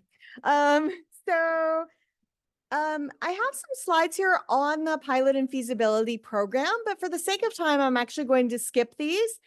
We will put all this stuff, we can put them on the website. So if you want to look through them, if you're thinking of doing a PNF grant, it provides some more context and information on what you need to think about for a PNF proposal. If you submit, this is just to show you, these were our 2023 pilot awardees. And I just want to let you know, for those of you guys who did submit in the current cycle, we are actually having our review meeting next week. So if you submitted a PNF proposal this go round, you should actually hear from us in a couple weeks, maybe, if the decision on funding. So you'll be hearing about that soon with anticipated start dates in July.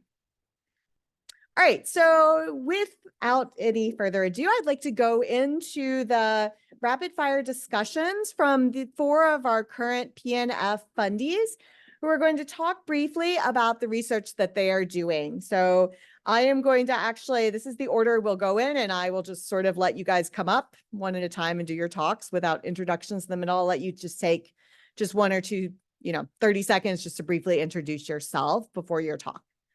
Right? Okay. Shakira? Oh, we're starting with Alex. Not in this order, apparently. Sorry.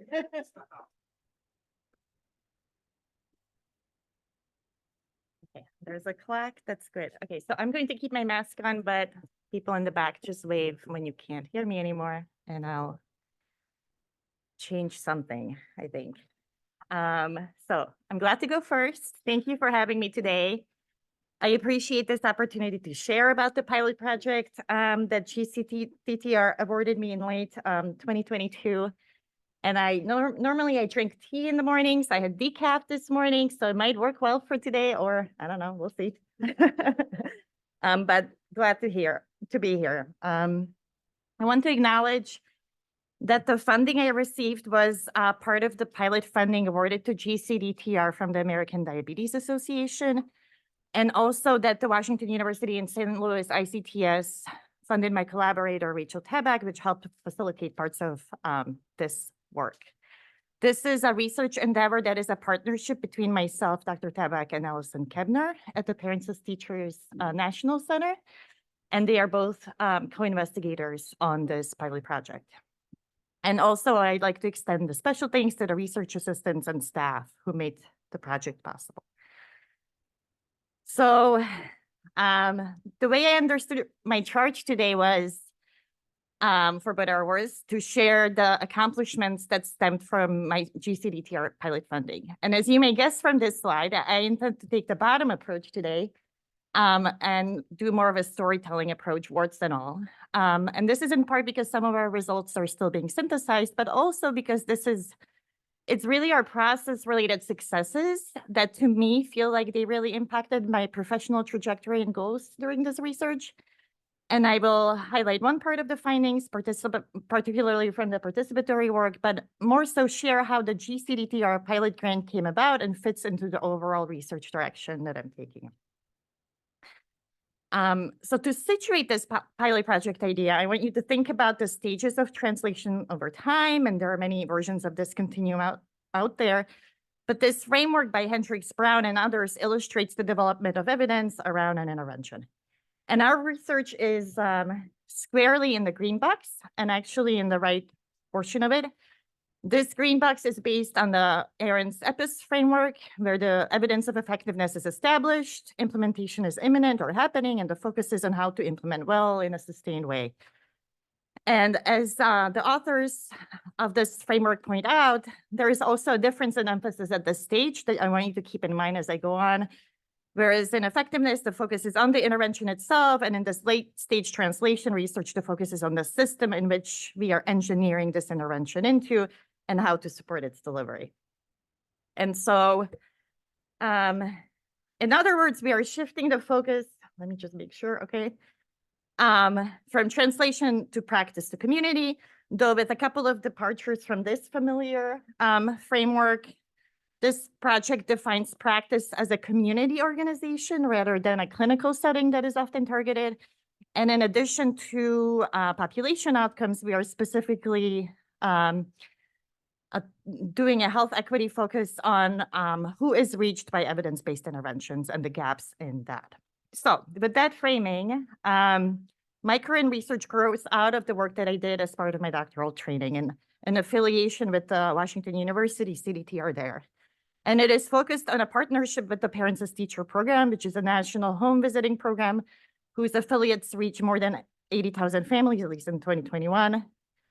And it's because women with young children face key barriers to participation in healthy weight interventions, which include time, childcare barriers, and others. And because this perinatal and parental period is a key window for prevention of weight gain, partnership with community organizations like Parents as Teacher is a crucial strategy for intervention delivery with this hard-to-reach group. And there is now an evidence-based intervention, health, which stands for Healthy Eating and Active Living Taught at Home, developed by the WashU CDTR, which has been embedded in the routine Parents as Teachers program delivery and was found to be effective for weight gain prevention in mothers. And it is now being disseminated across the national affiliate network through other funding in practice, basically. And so I won't spend too much time on it. I can give you more information about it, but you know, I encourage you to read the Hare, Joshua, and Tabak work on this, as well as one of mine. All right.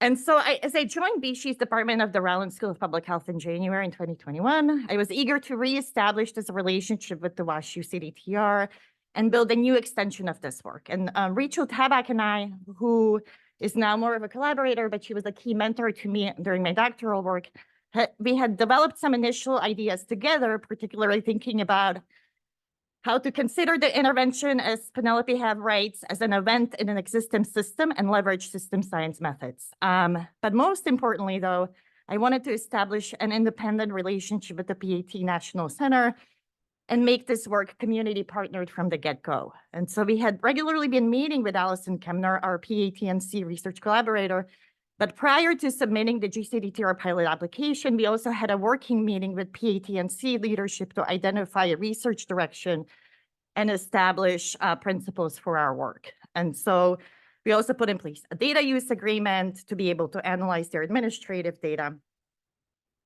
And based on this preliminary work, we developed this research trajectory. The overall question we were asking was, given that the health intervention works, it's embedded and being disseminated, meaning the intervention is now doing what we intended to do from our perspective as academics. It is being established in a delivery system, getting ready to live in the wild, so to say. How can we be ready for what comes next and also push implementation science to help address health equity? And so we wanted to get an understanding of whether everyone who should be benefiting from health embedded within the PAT program is benefiting. And if there are gaps, what are the best ways to address them? And so you can see now that how the research goes for us, the healthy weight researchers, are now really nicely converging with what PATNC, our partner organization, wants to know for themselves, because the healthy weight intervention is part of the ecosystem within PAT that reaches multiple family goals. So not just healthy weight and not just health overall. And so further, also the group discussions led to a specific early focus on the influence of economic stressors on participation. And we also identified co-creation with the PAT stakeholders, as well as the complexity lens as key principles. And so where this work was hoping to head at this stage was to use complex system science to build a computational theory, essentially a simulation model that is grounded in both empirical data from the health trials and the PAT administrative data sets, and literature that proposes how health impacts families as they move through PAT and specifies where the areas where economic stressors impact participation and engagement and facilitates the development of prototype strategies to address those gaps in program coverage, but all simulated from the beginning. And we had some pieces of knowledge to inform this model that some of them I mentioned, but what was missing was the practice-based program theory. So certainly it was there in the presence of our collaborator, but just from multiple perspectives within the program, we were also missing a perspective of families with stressors and some preliminary work that would need to be done for us to even begin constructing this very generic idea of a model at this moment. And so this is where the GCDTR pilot funding fit in. We structured the application to carry out a literature synthesis to understand what drives reach and engagement in home visiting and identify sources to inform mechanism parameters in the model. We planned for qualitative data collection to understand the lived experience of the relationship between economic stressors and reach and engagement, and some group model building sessions with the PAT National Center and local PAT affiliate staff at the very end. I won't spend, and so this is where we're hoping like the impact that this future direction will yield. And I won't spend a ton of time to describe the modeling approach that we landed on, only to say that we chose it because we saw some important pieces relating to feedback effects, because we were thinking about people moving through a system, so accumulation of people through different stages, and system dynamics modeling works pretty well for that. And also it has a nice participatory tradition that speaks the same grammar as the computational modeling. And so that's kind of where we landed. So we submitted our application, I got awarded, yay.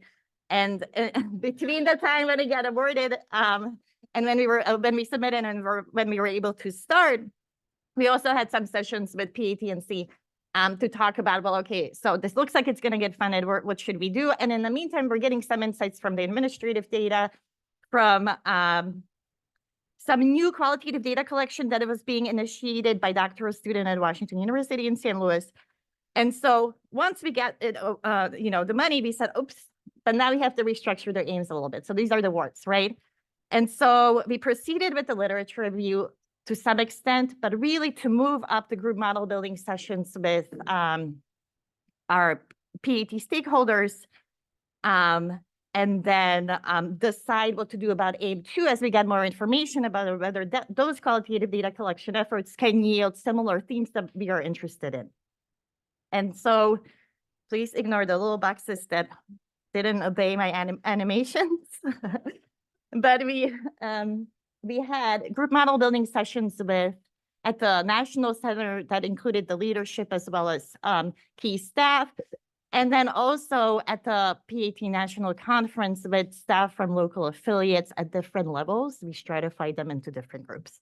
And what we brought as inputs into these group model building sessions was trends over time graphs of participation engagement, prevalence and relationships of stressors with participation and engagement, both from the data and from the literature. And then an initial research conceptual model of program coverage, which was pretty academic, and we just kind of thought it will fit, and it fit okay. But when some of the outputs, included a reworking of that conceptual model, like a really hands-on workshop that was really helpful to us, consensus on key indicators to use in simulation, but also areas of uncertainty in how they are measured by PAT, which there were some, and will definitely be a challenge that we somewhat anticipated, but also kind of informed some additional analyses that we needed to perform. And particularly from the sessions with the affiliate staff, feedback-based explanations for disparities in PAT engagement. And so some of the key insights from this were, we didn't have a sufficient understanding, especially from the latter sessions, of how stressors and social needs often related to program intent, sometimes not, but sometimes it's planned and sometimes it's not planned. And so you have these planned gaps in reach, cluster with insights. There was this important feedback between participation and family economic stressors in that PAT addresses some of them, connects families to communities, and they also get more opportunity to participate in PAT if they have higher stressors. And this is a complicated thing that we are hoping that the model can capture. And also understanding the information necessary to conduct, conduct the initial stock and flow model of program coverage, which is on the bottom left, which we were able to use in the follow-on funding. So I won't keep talking. I'll just wrap this up, especially because we are short on time, but just to reflect on, we made some additional adjustments that are described in the top box. But reflection on our successes, like what did this pilot funding really bring to me, to us? It takes so long to develop these partnerships, to establish relationships of trust, to really get a sense what our partner wants to happen, right? Sometimes they say, this is great, let's collaborate. And they kind of take the lead from us. And it was hard to even elicit the direction that they want to take and have them trust that they can critique what we're trying to do.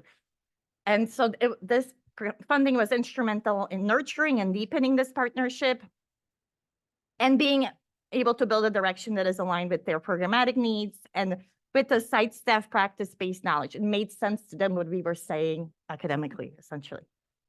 And because the simulation that will happen in the follow-on funding. So we submitted last June and we submitted in March for a smaller scale R1 to build this computational model.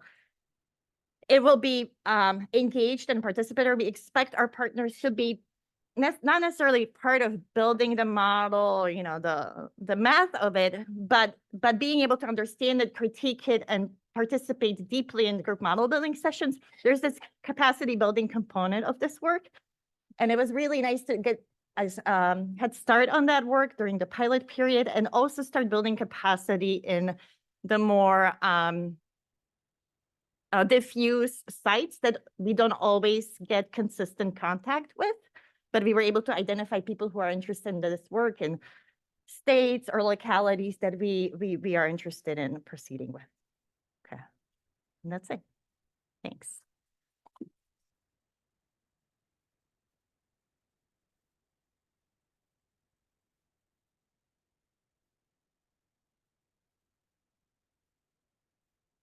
My email's up there, so just email those great questions.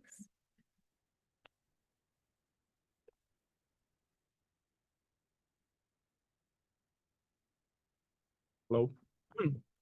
Thank you. Thank you for having me here. I'm Shihao. I'm one of the few from Georgia Tech. So today I'm going to talk a little bit about my broader research scheme and how the GCDTR pilot fits in. And don't be intimidated by the title. It'll just, causal inference on Medicaid data and with application to diabetes. All right. So 3 parts. It's a joint work with faculty colleagues, Nicoletta here and Shivani, and a few students, Jingwan Li, Yan Sum, and Stephen Ma. So, all right, I'm going to talk mostly graphically and about what is electronic health records. Who here haven't and had any experience with electronic health records? All right, great. I'm glad I asked a question this way because if I ask the other way, nobody raised their hands either way. So, how the EHR works, the patients come into the hospital and there will be data collected during the process, like, patient's static information, personal health information, records, treatments, and insurance, and all that, presumably across different hospitals, is stored in a centralized database. And the users, like the families, physicians, and insurance company, and us researchers can essentially query this database in a de-identified fashion. And that could be a goldmine for different informatics, which I am specially on. I have a background in statistics and biomedical informatics, and that's what I work on a lot. So what are the type of questions we can answer using electronic health records? Like, observation studies using real world data, and which is an alternative to the randomized clinical trials we can evaluate the effectiveness of interventions. So for example, right, the big question I always ask is, can we use this data to study the treatment effect of a new medication, right? In the graph, you see a green table. The green table is essentially, each patient is separated by a thick line. It's a tall table that you have different patients coming in at different time. There's always a date stamp. There's some diagnosis code. There's some medication information and some procedure information. And sometimes you have vitals and lab tests.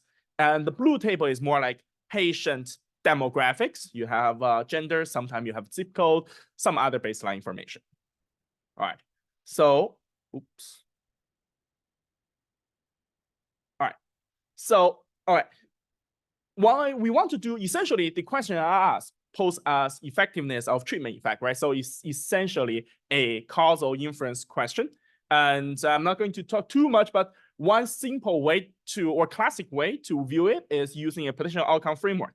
Now I summarize everything into a two new table. Okay, one is a yellow one that is a nicely organized, whoever does any informatics like this way, each patient is one row. Okay, previously it's a tall table. Each patient can be multiple rows with timestamps. Now each patient is one row. And then you have a red table, which is outcome table. Think about it as I give the blue pill, the patient live for how long? I give the red pill, the patient live for how long? Things like that. You can have other things. All right. For me, it's a high level. All right.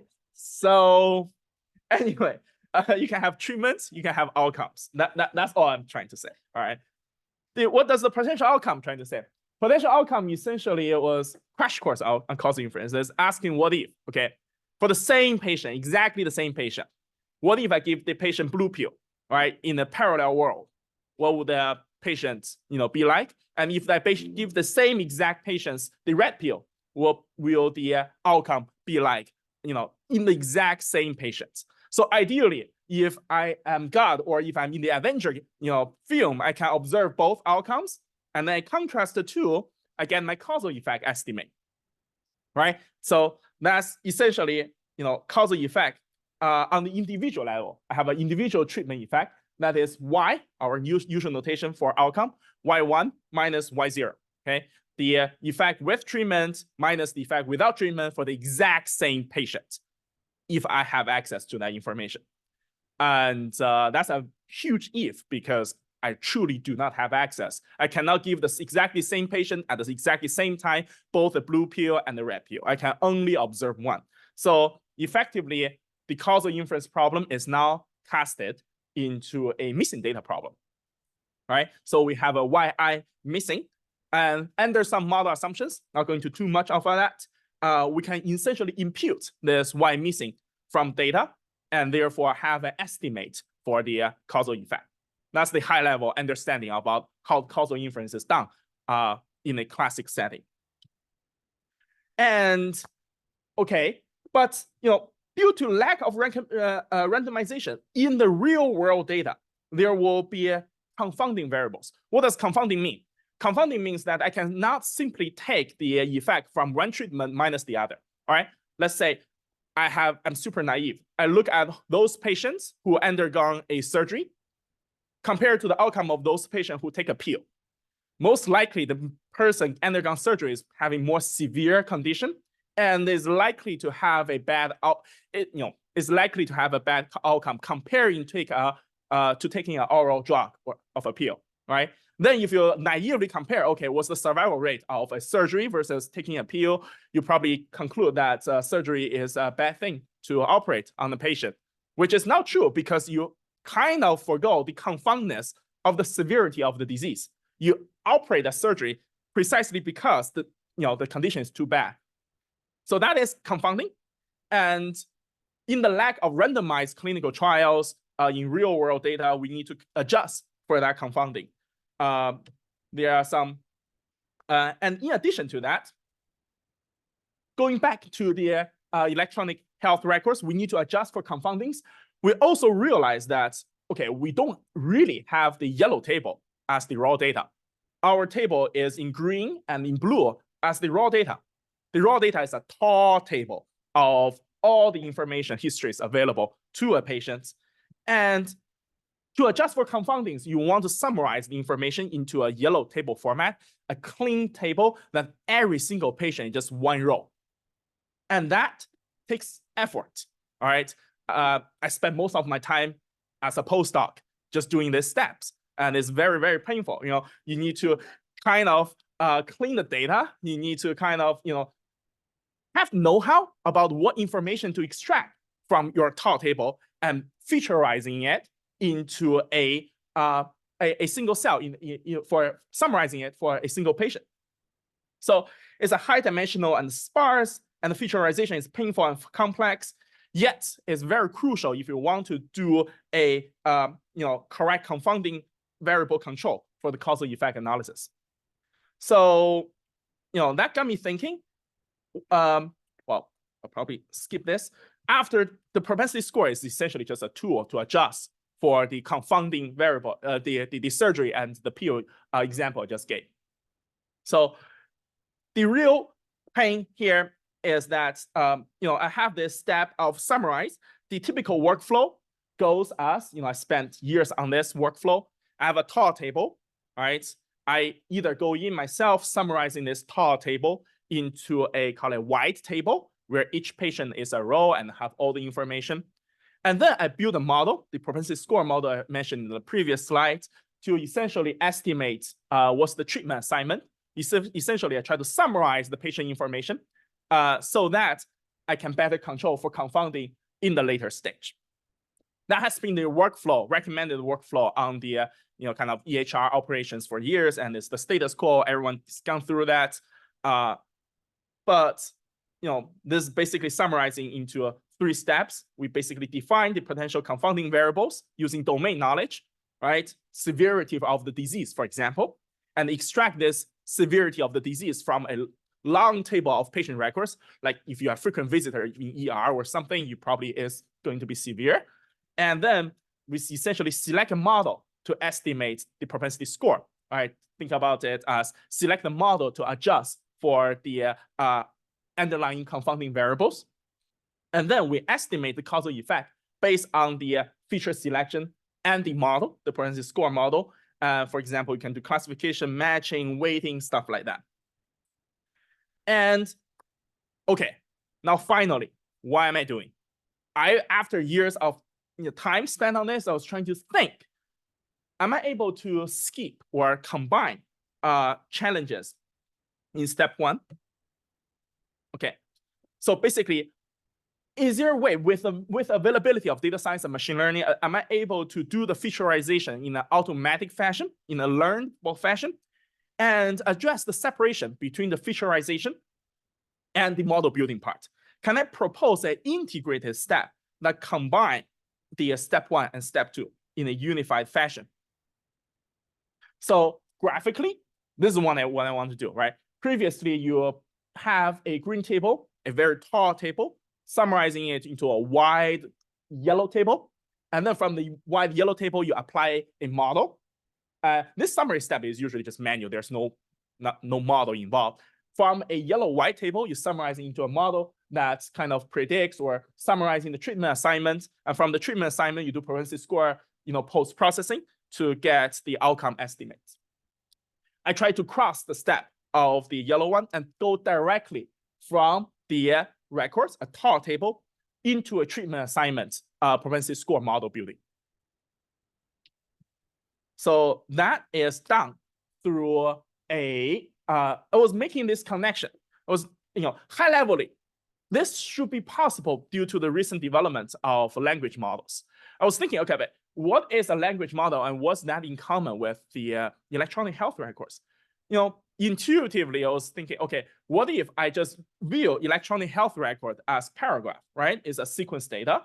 Is patients coming in, you have different length like a book, right? You have different length of vocabularies, you have encoded variables rather than natural language. Now you're just talking about, diagnosis code, treatment code, so on and so forth. So why can't we apply some large language model processing technique on this raw data so that we summarize into a model that kind of adjusts for any confounding variables that is available, all right?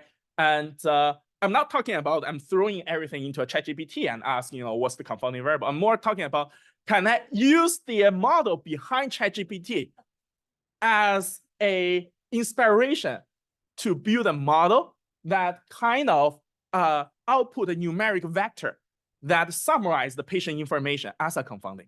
All right. So that's essentially what this is talking about, this attention-based mechanism, which is kind of the most innovative step in the recent success of large language model. We kind of use that as a stepping stone, right? I think about, okay, large language model have vocabularies as token. I just think about as ICD code, CPT code, or all those treatment stuff as token.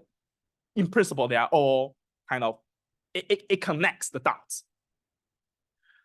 So one more thing I want to say is, this is a little bit detailed to the attention mechanism, but I do believe that, I'll give you an example, all right? The attention mechanism is, in my mind, a bit more interpretable than the previous language models, right? For example, I also like this example of a dog didn't cross the street because it is too tired. The it here referred to the dog. Or it can be the dog didn't cross the street because it is too wide. The it here refers to the street.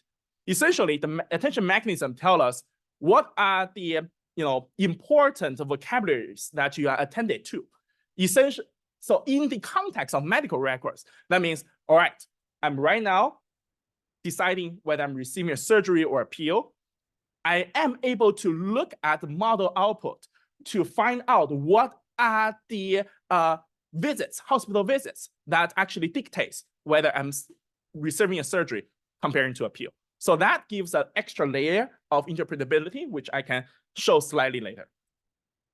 So we have some numerical results from simulation. We have a completed way and to set up the simulation data. Not going to go through that. Some numerical examples to show that with this way of adjustment, it works better than the two-step approach I described.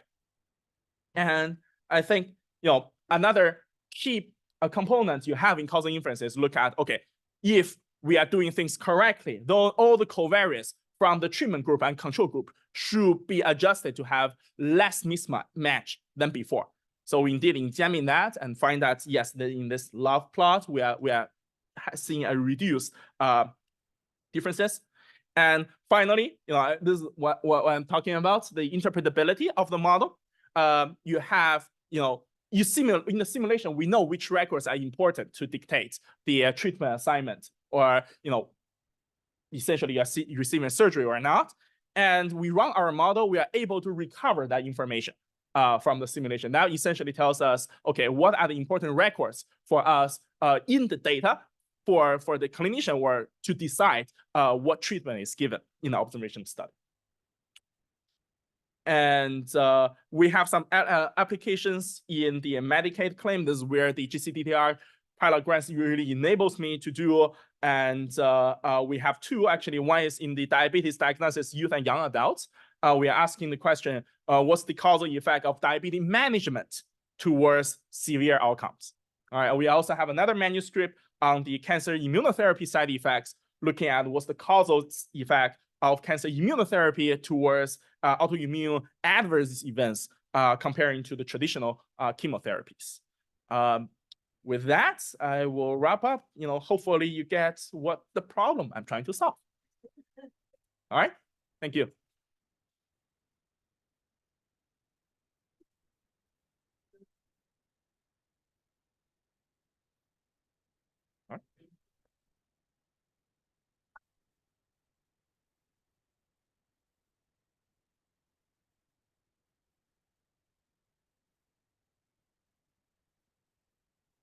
Hi, everyone. I think he's going to get to my slides, but I'll introduce myself briefly.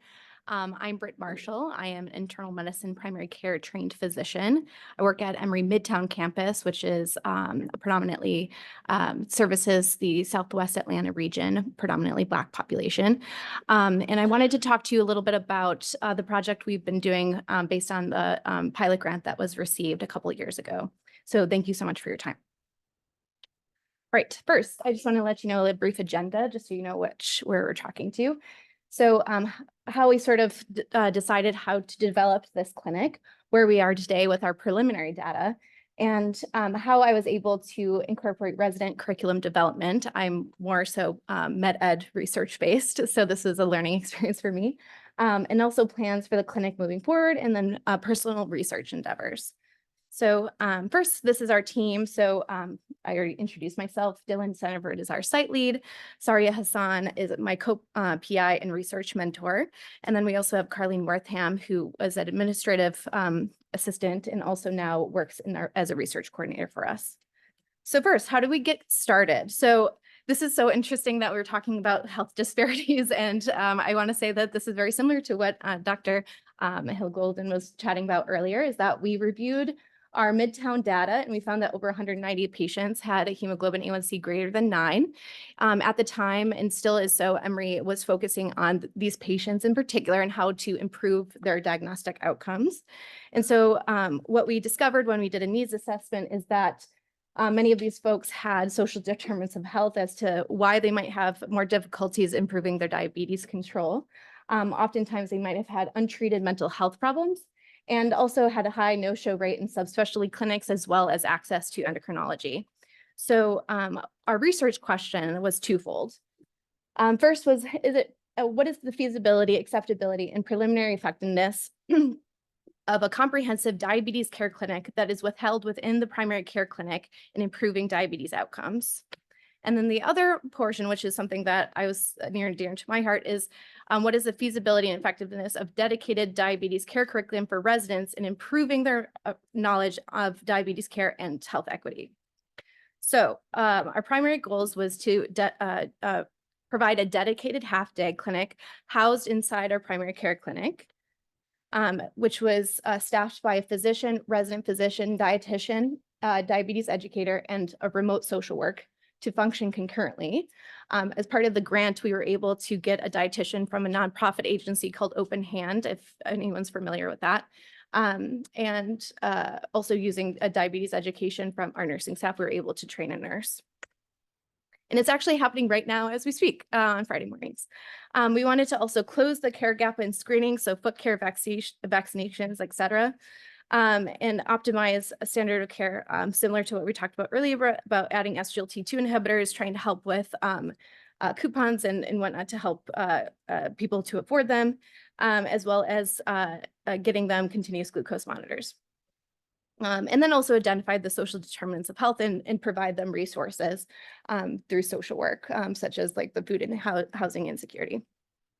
So this is like a brief demographic of what we have. So we have quite a large span of different insurances who we needed to refer to psych. We also have a collaborative behavioral health model in our clinic from another research project that we're doing, so able to have closer access for our patients. And then we were just chatting before about like GLP-1 agonists, so who we were able to get onto those medications. So this is our preliminary data, but as you can see, these were the folks that had hemoglobin A1C greater than 9 upon presentation, and we were able to get their hemoglobin A1C down from about 11.5 down to a little bit like 10 and 0.25. So still more to be done in this. We're still collecting data. We're still seeing patients, but although you can see that the goal is still above 10 on our average patient population, we had 52% of our patients get down to goal, which we were very happy about. And so the second part of our aims was to also try to see how could we incorporate resident education. And so making sure that we could balance their service as well as learning. We performed a needs assessment to see what the residents needed out of their curriculum, as well as contact the residency leadership. And then with that information, we were able to create a curriculum of experiential learning, self-guided learning, and didactics. So I'll give you an example of what we did with that.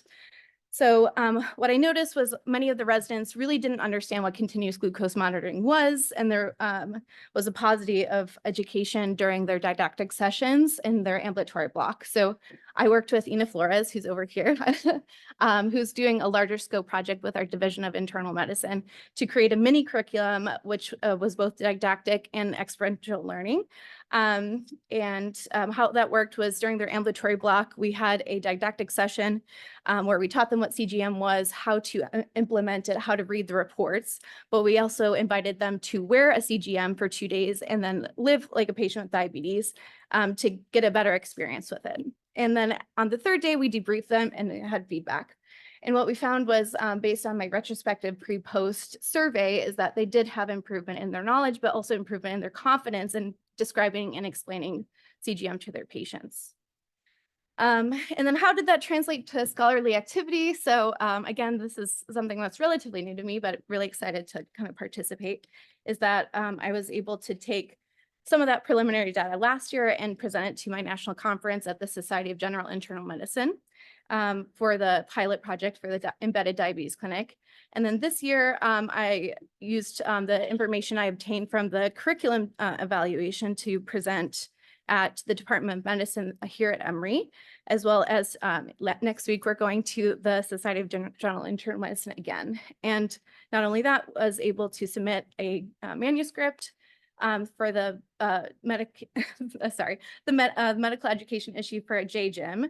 And I also revamped the CGM curriculum to then present for a workshop at the national conference next week. So a lot to do over the next couple of weeks.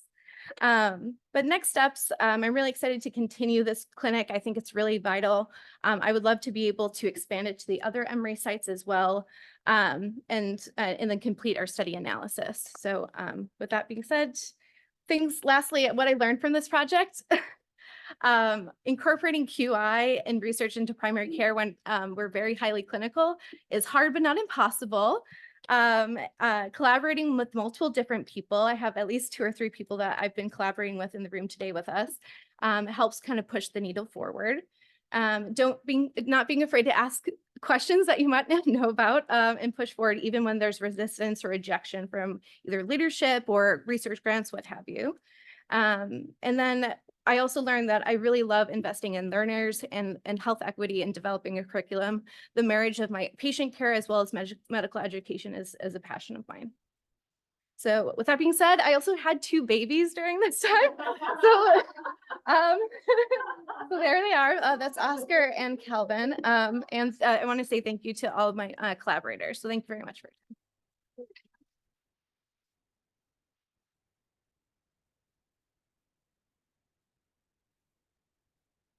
I think everyone's ready for lunch, so.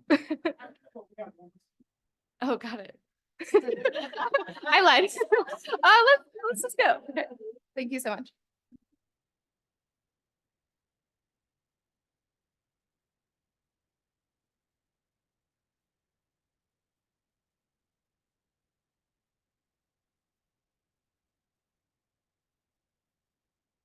All right. Hi, everyone. Thanks for the opportunity to share a little bit about our pilot study. And I promise to be quick so we can get to eating. And I like to thank my my colleagues in this project, Terry Hartman, Andrea Lopez Cepero, and Sarah Tarr, who's our research project coordinator. So we developed a pilot study sort of motivated because we want to develop an intervention for postpartum women to help them during the this period, postpartum period in terms of addressing weight management. And so we know that pregnancy, postpartum period can influence weight trajectories that later on can contribute to the risk of developing diabetes and other chronic conditions. More than half of women, pregnant women, experience greater gestational weight gain than the recommended weight gain guidelines, and then have difficulty losing that weight over time, which then has consequences over the life course. And we know that a lot of the intervention studies geared towards preventing obesity and type 2 diabetes in young women are more sort of focused on changes in individual behaviors, and they've had sort of mixed results. So we wanted to propose a family-based sort of home environment type intervention. And so before we do that, we wanted to have some formative research to inform, like, what do we need to address, particularly during this this crucial period, postpartum period. So our aims for our pilot study were to identify psychosocial and environmental determinants of nutrition and physical activity behaviors for the prevention of type 2 diabetes among new moms. We propose to do this by both examining the existing literature, but then also talking to providers and talking to postpartum women to see what help, where the barriers that they face in terms of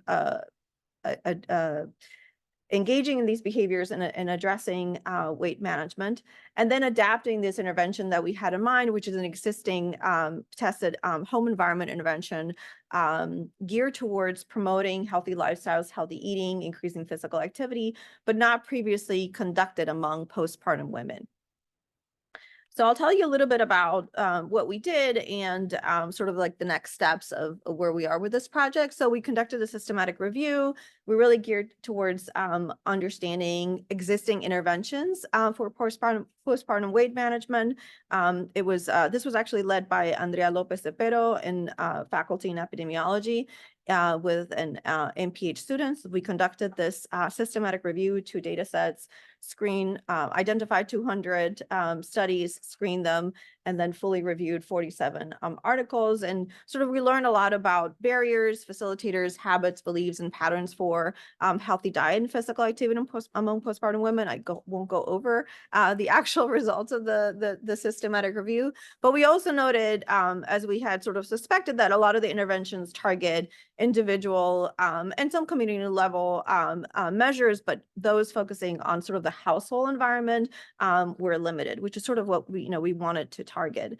The second part of sort of this formative study was to conduct interviews with providers and postpartum women, really trying to understand what providers and postpartum women's views were on the adequacy of this health intervention that we were trying to target, but then also just really trying to understand what they saw as the psychosocial and sort of environmental motivators and barriers for women to manage their weight during this period. So we did just semi-structured qualitative interviews with 11 providers. They were all from sort of providers who deliver at Emory, not all Emory affiliated, but who deliver at Emory hospitals. And we recruited 20 postpartum women who delivered at Emory hospitals, and they were within 3 to 6 months of delivery when we interviewed them. We did achieve some sort of like racial ethnic diversity in our small sample of 20 women, but we didn't really achieve socioeconomic diversity among the women. And this is something that we sort of, I can talk moving forward. This is something that we're trying to address as we think we want to be able to target women across sort of the SES spectrum, and it could just be reflective of the patient population for Emory hospitals. And I'm sorry that that's a little bit jargon there. The Healthy Homes, Healthy Families intervention is actually an intervention that we're trying to target to adapt for postpartum women. This is a tested intervention that Michelle Kegler here at Emory has developed. It has been documented to promote positive changes in home food and activity environments. It's been shown to improve diet quality and reduce total energy intake, and actually reduce weight in this RCT that's been conducted in adult populations. And the idea with the Healthy Homes, Healthy Families is that there's a health coach that works with the family to identify areas of improvement around particular behaviors with the family, and also identifies positive behaviors that are happening in the family, and lets the family basically choose one behavior per week, up to 3 behaviors ideally, to work on for a period of 2 weeks. And then they're encouraged to work on these behaviors. And this is an example of some of these healthy actions. So it's, purchasing fruits and vegetables weekly and make them easy to see, always having some low calorie beverage instead of having a soft drink, using healthier methods for cooking. So sort of these are the behaviors. And so the families choose one of these behaviors to work on. They work on it for a period of time, and then they choose another behavior to work on for 2 weeks or so, with some coaching along the way as this is happening. And so we asked the providers both, again, sort of, barriers and facilitators for healthy lifestyles for new moms, as well as very specific questions on the actual intervention. And this is just an example of some of the questions and sort of the themes that were mostly we heard the most of, and certainly mental health and sleep came up repeatedly from providers as sort of the priorities that women had, and sort of what presented as a barrier for women during this period. And then, just as an example, we asked very specifically about, the materials that we were trying to adapt. So what do you think about the images that we have? What would they change? What would they add in terms of the images? Similarly, among postpartum women, we also sort of queried on sort of the priorities for healthy lifestyles. Again, time and sleep were sort of main themes we picked up on, and sort of just, in terms of barriers, sort of just having this lack of time and lack of energy to engage in sort of these healthy activities. The theme of support really came repeatedly. Sort of women noted that they really needed some support around the households, from partners, from spouses, and outside support from sort of at the community level to be able to engage in a lot of these activities. Our third aim is sort of adapting, or proposing to adapt the content of these this intervention. And so we went back after we made some modifications. We went back and met with women who had participated in our initial interview, and we talked about the changes that we were making in this intervention. So as an example, we told them we had reworded certain items, intervention. We also told them things that we didn't include. So we didn't have a sleep intervention. The Healthy Homes, Healthy Family Intervention does not include a sleep module, but we did include a separate module to address infant sleep as our next step, which I'll talk about in a second. And so we, talked about this parent-child interaction model that we've now sort of want to braid into this intervention. So, next step. So we're working on publication of our systematic review, adapting this health behavior intervention, as I mentioned, and then conducting the pilot study to actually enroll women and test our adapted intervention. And then down the road, we'll have hopefully have a fully powered study to test the intervention. So the next step of this adapted intervention actually expands, not just including the Healthy Homes, Healthy Family module, but really braiding 2 other tested interventions.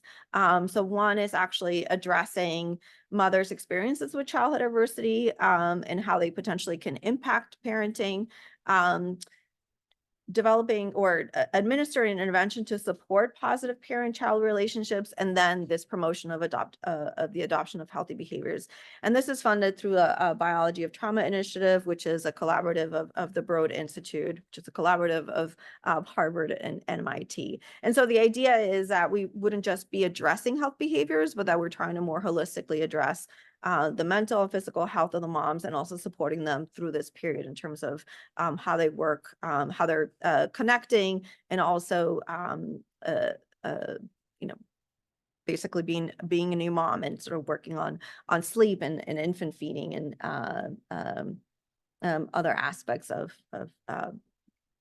being a mom. The 3-module intervention is based on 3 existing interventions. So I've already talked about Healthy Homes, Healthy Families.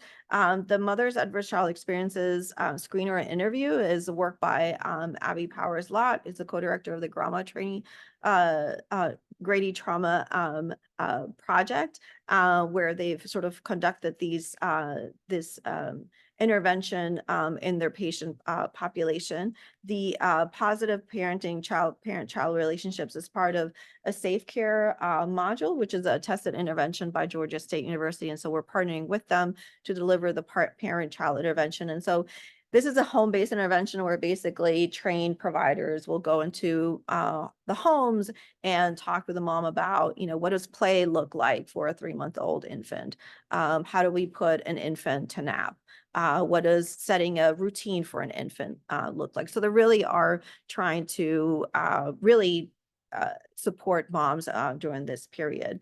And our goal with this next intervention, or this pilot study, is to enroll 100 postpartum women, actually do a randomized study, conducts a number of assessments, and then also have anthropometric, blood pressure measures and some other markers, so then we can use potentially for pilot data to propose a larger study. And I'll end with that. And are there any questions?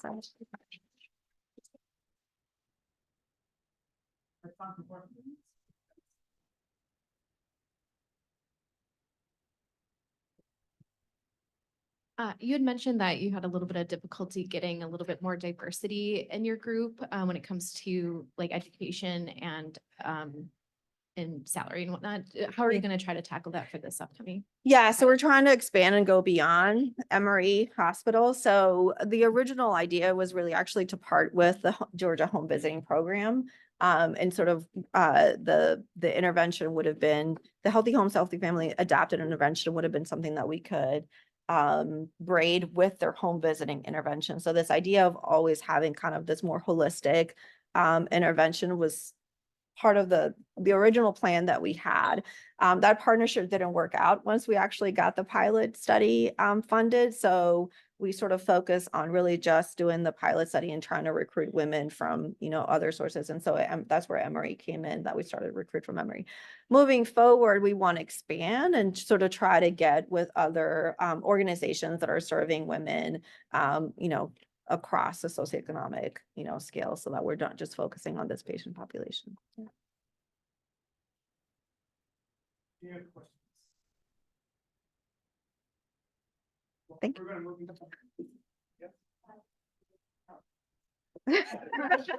Thank you.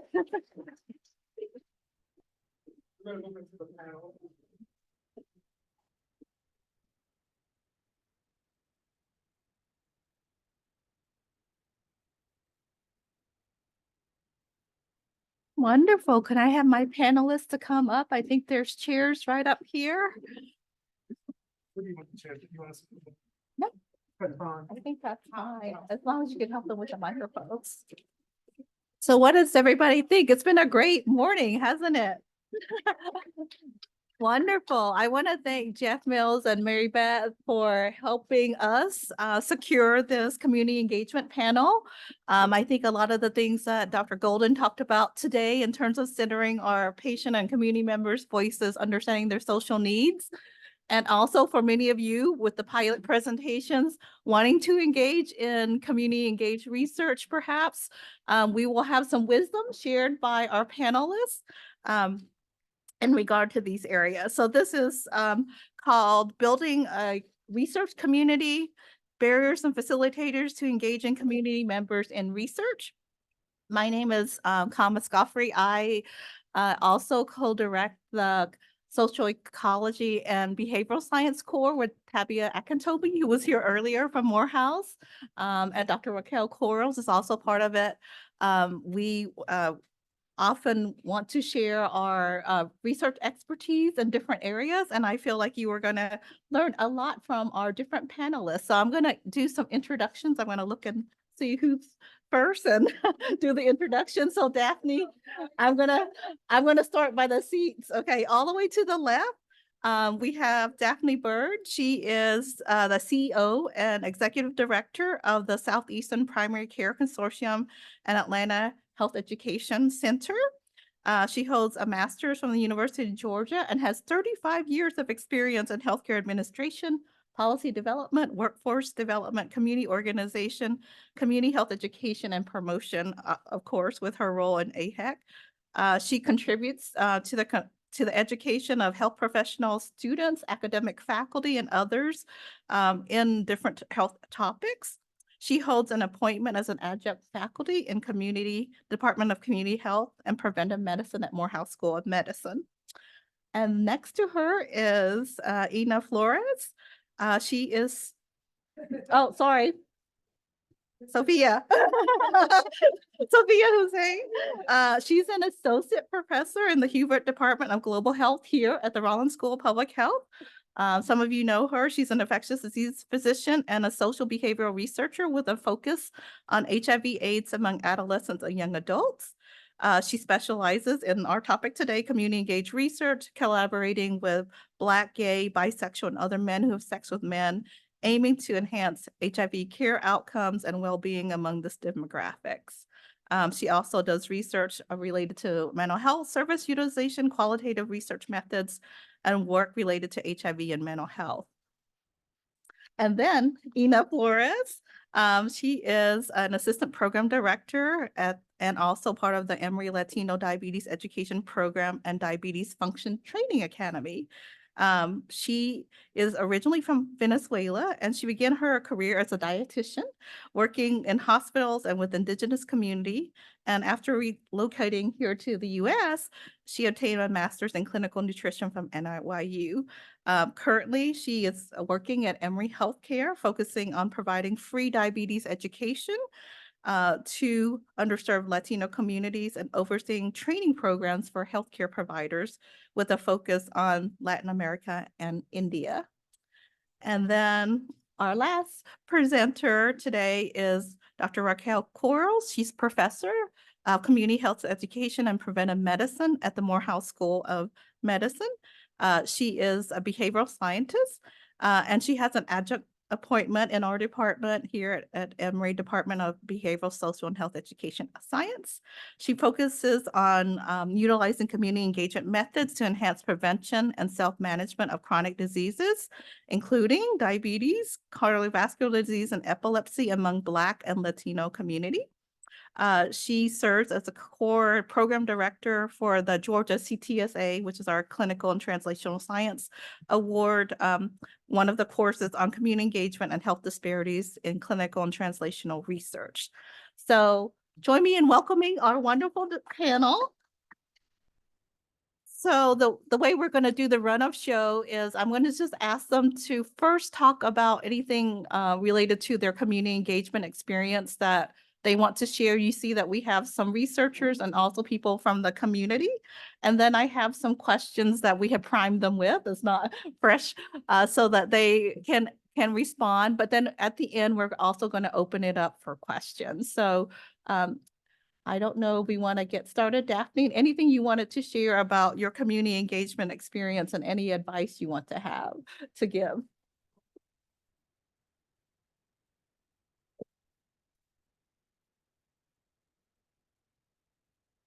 Testing. Yes. Okay, so currently I am a member of the Morehouse School of Medicine's Prevention Research Center's Community Coalition Board. And I have served in that role for over 25 years.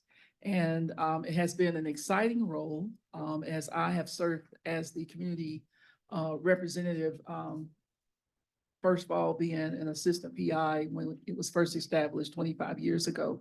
What I have learned when conducting community-based research, you have to actually identify the person who is going to serve as the messenger of the community.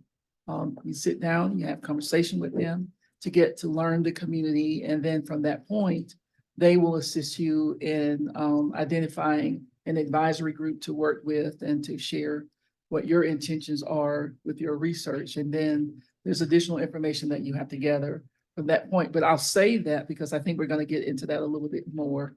But I have enjoyed my role with the center. My organization provides mental health first aid training for the group. And we also provide some STEM programs within the high schools that are actually located within the community, as well as some community-based training for health professional students and continuing education programming for healthcare providers who provide care within the underserved communities that are located in the Prevention Research Center's target communities. Hi, everybody. Good morning. Yeah, you may have noticed one word you didn't hear in my bio was diabetes. So I don't actually work in this field, but it's been, I work in HIV, but it's been very striking to me from the keynote and all of the talks that followed how many parallels they are and how many of the challenges and also solutions that we're working on are so similar. So I guess in terms of just the community engaged work that I do, as Com mentioned, I work in HIV and specifically work with young Black, gay, and bisexual men. I really think that all of my research is community engaged to an extent. Some of that is more intervention development, which I'm sure I'll be sharing more about. And working closely with a youth advisory board has really been a highlight.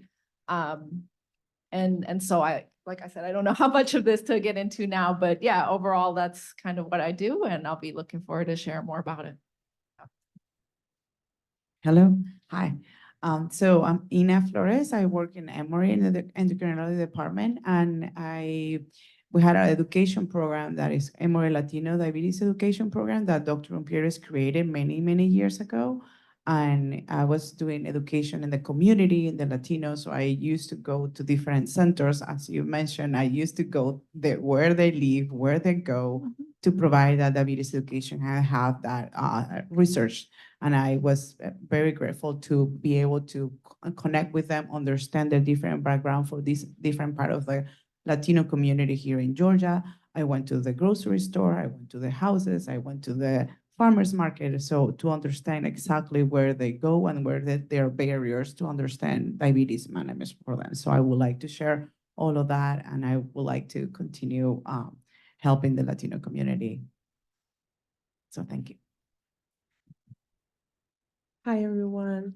I think what was your original question?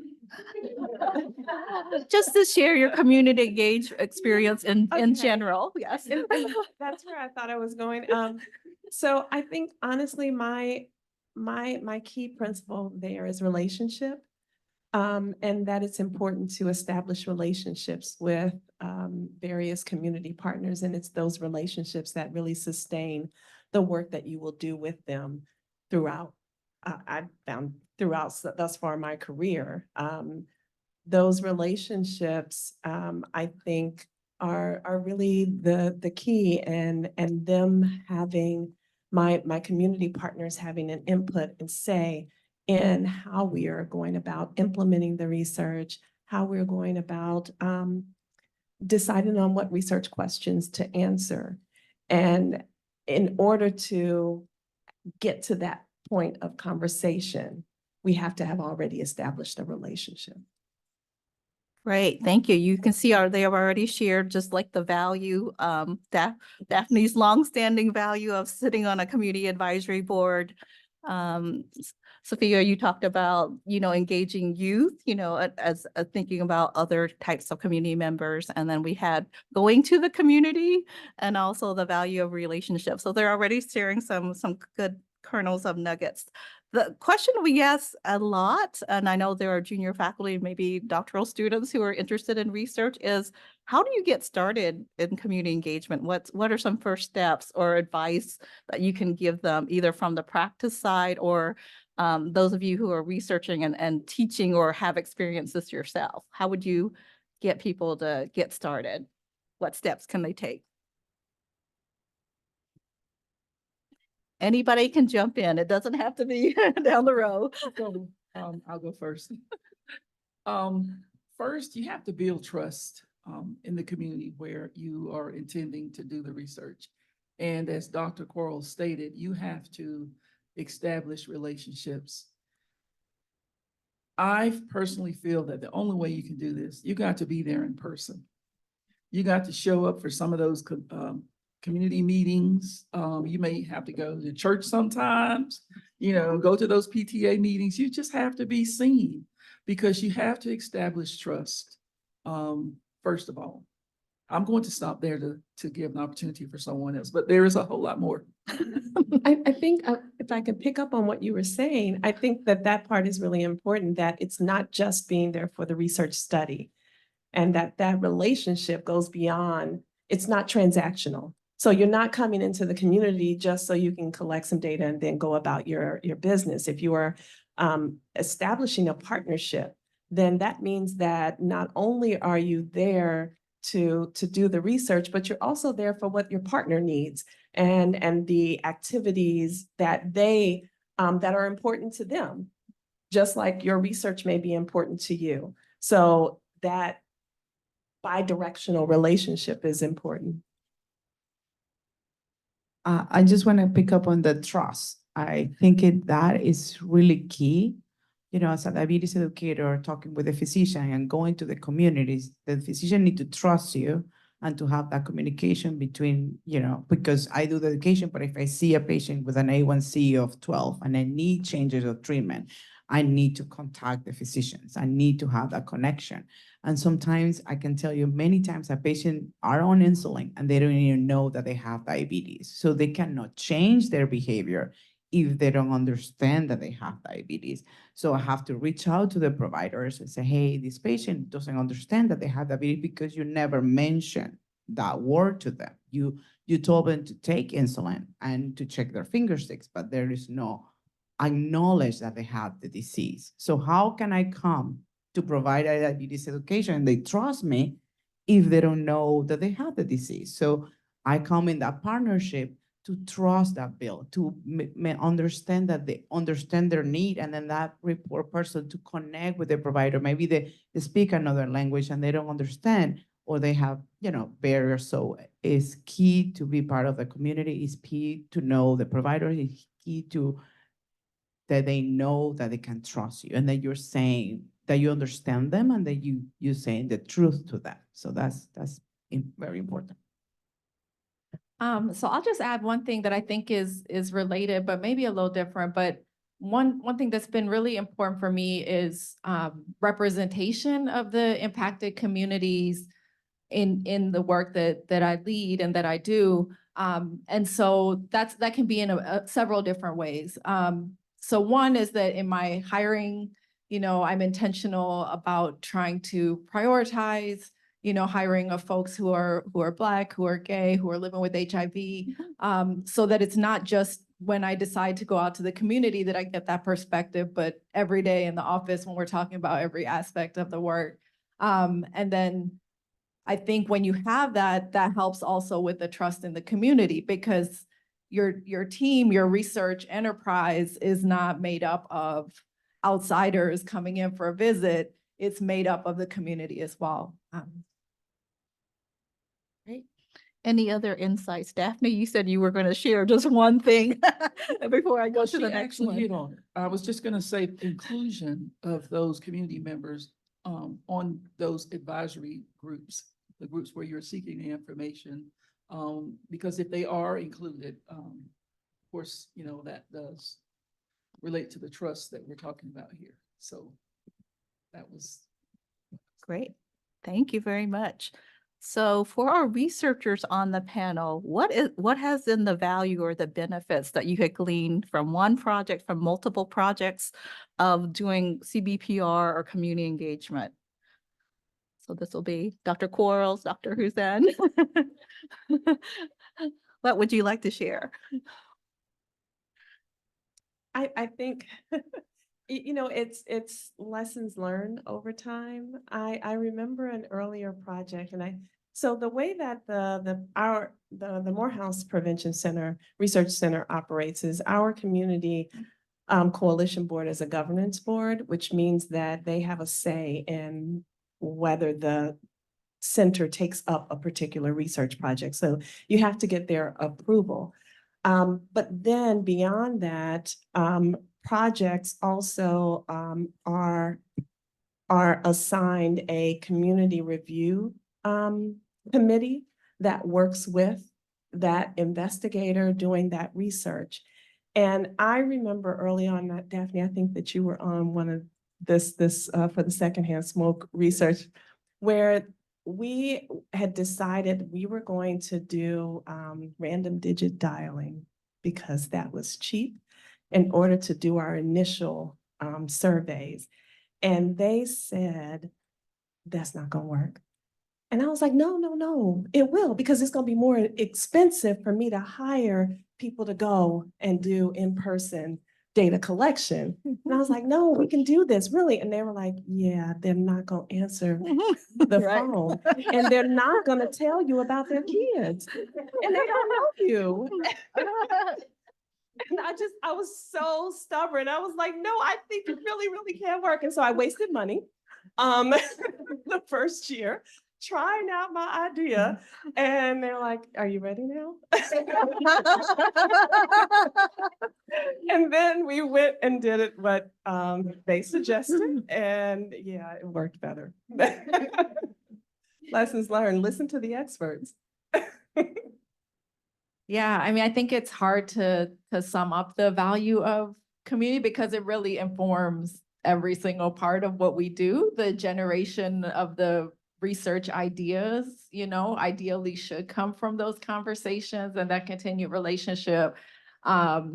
Definitely along the lines of what Dr. Quarles was mentioning, the advice about recruitment strategies, about all of these things. And yes, there are these tensions that come up because there are budgetary constraints or IRB constraints or whatever, you know, other things that we as researchers are more focused on.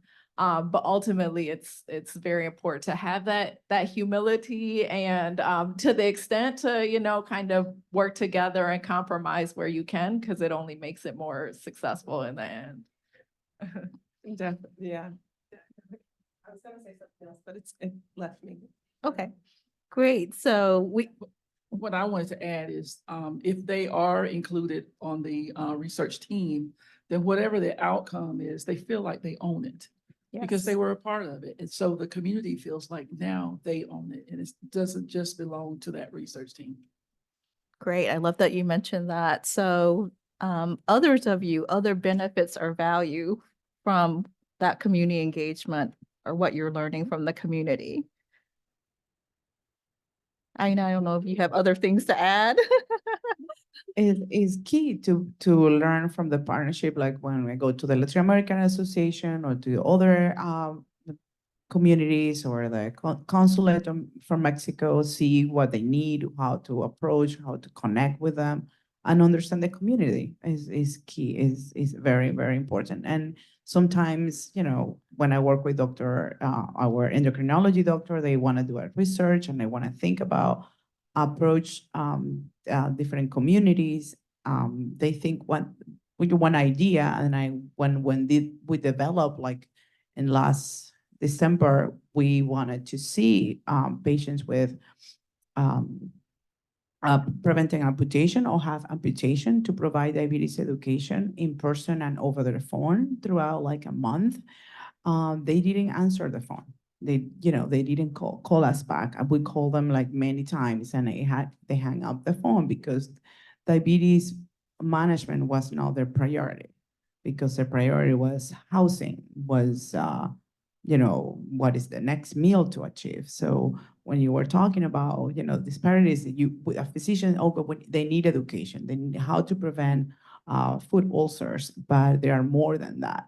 So connecting and understanding that community is key to deliver the research. Thank you. I think also, so I focus on chronic diseases in my research, and one of the chronic diseases is epilepsy. Self-management focused on, and when we began doing this research, what I was clear on is that the need for an epilepsy community advisory board, and I didn't develop that lightly, because we had a community coalition board at the PRC, but what we recognized is that there was no one on the community coalition board that had epilepsy, had a family member with epilepsy, well, that knew they had a family member with epilepsy. And so recognizing that we needed people from the epilepsy community, their input, their advice, their guidance on the work that we were doing.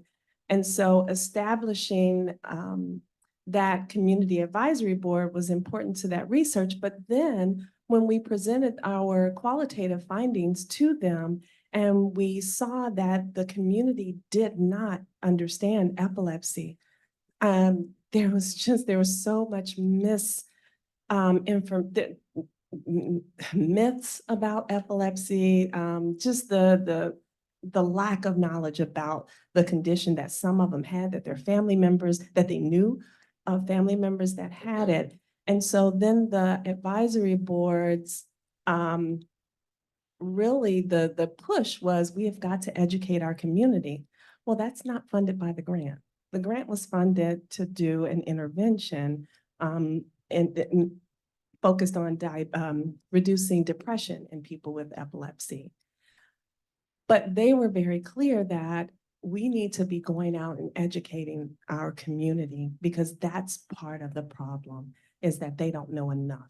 And so then it became the challenge of, how do we do both of these at the same time? Because you can't use grant funds for something that's not grant related.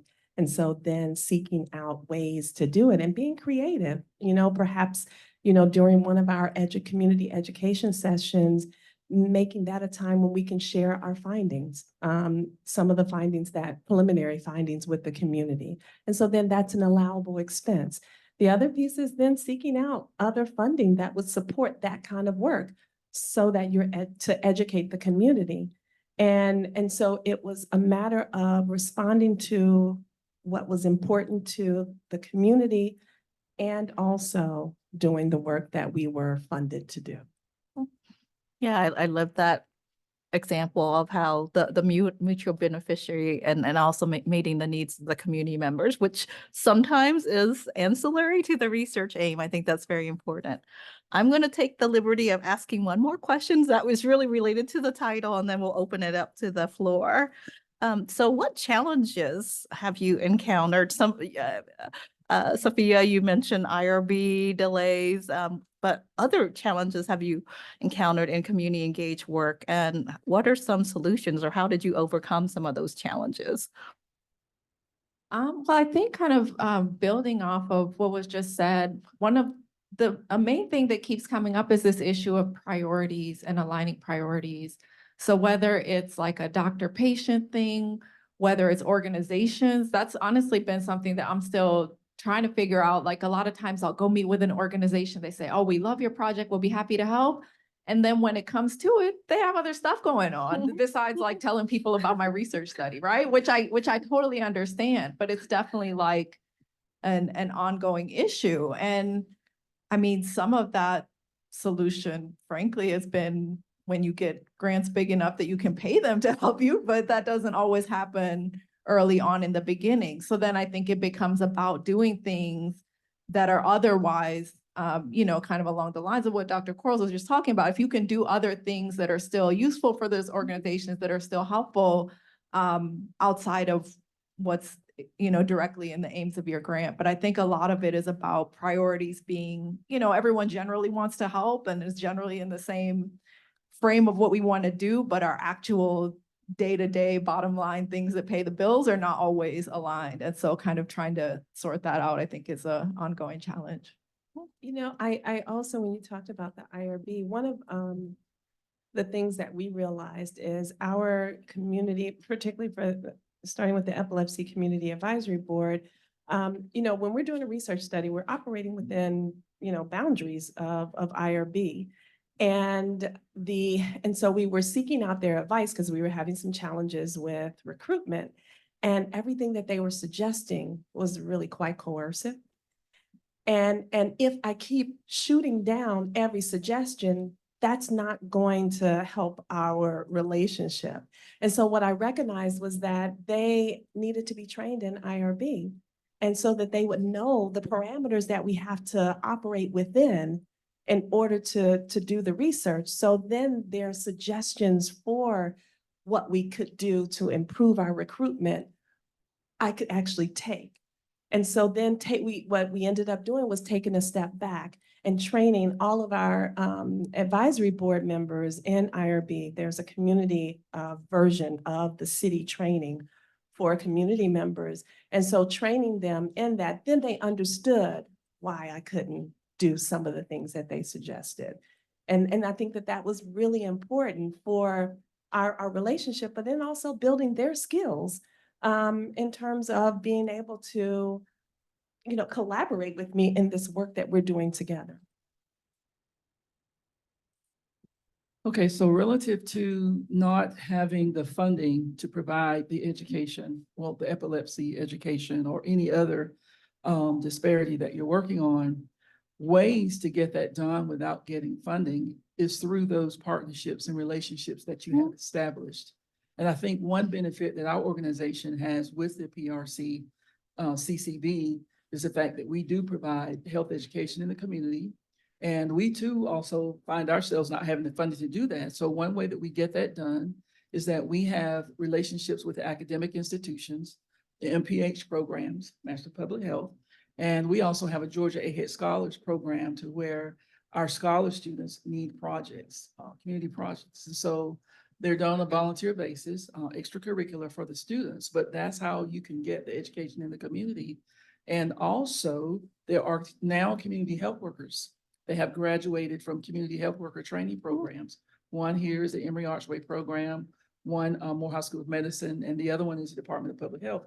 So there are plenty of community health workers out here in Georgia who need community projects. And so if there are programs that you're working on or your research, just reach out to some of those programs to find out where those graduates are, and do work with your academic institutions on the internships or field placements that the Master of Public Health students need.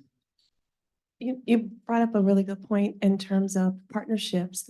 I remember a study that I had where I was partnering with the Boys and Girls Club, and the research we were doing was different, but what she was really interested in was student success and youth resources that were available. So we wrote a grant and got funded, but then, and we wanted to train youth on how to do asset mapping, community asset mapping. And while we had the funding to train the youth, it was a challenge because it was it's during the summer. So, they have plenty of time, but we couldn't pay for their food or something like that if they're with us all day. On the other hand, if I gave the Boys and Girls Club the money for the youth, they feed their summer program students that are coming through their program all summer. So then here we are able to pay the youth, but then she's able to cover all of their lunch and their breakfast when they come to work with us. And so that whole partnership really worked out well in extending the money that we had. And granted, I hope you took note that it was a program that she was interested in. The executive director of the Boys and Girls Club was interested in. And then we're able to, extend the grant money that we were able to get. But that also, furthered or deepened our relationship, because not only was I interested in chronic disease, but then I'm also working with her. It's true CBPR, where she and I worked together to come up with the research question and how we were going to do it, and then sought funding for it. Great. I love those two examples of really thinking about priorities of your partners and organizations and mission alignment of trying to get your research or your work done in addition to looking at their work, and then leveraging partnerships to extend the grant activities. So I know we're standing between you and lunch, but we have a wonderful panel, as you could tell, with lots of experience. Are there some questions from the audience for them around community engagement work? Is it okay if I have two questions? I think they're related. Yeah. So as someone who has patients in a community that they care deeply about, but maybe don't look like them, how do you even get started? How do you cold email? Do you Google like community resources in that area to then get started? And then the second question is, how do you maintain those relationships when these research projects end? Because inevitably they might end because of grant funding and what have you. And how do you maintain that relationship for like future projects? Thank you. So the first question was around how do you Getting started. recruit and get started if you're not from those community? I've always found a warm handoff is helpful. And so finding someone who is connected to connect you with someone in that community, as opposed to cold calls. I've been working with a network that is trying to get clinical centers to do more community engaged research, and those clinical investigators have been doing these cold calls to community health centers, and no one's responding because, I mean, everybody's busy, even more busy after COVID.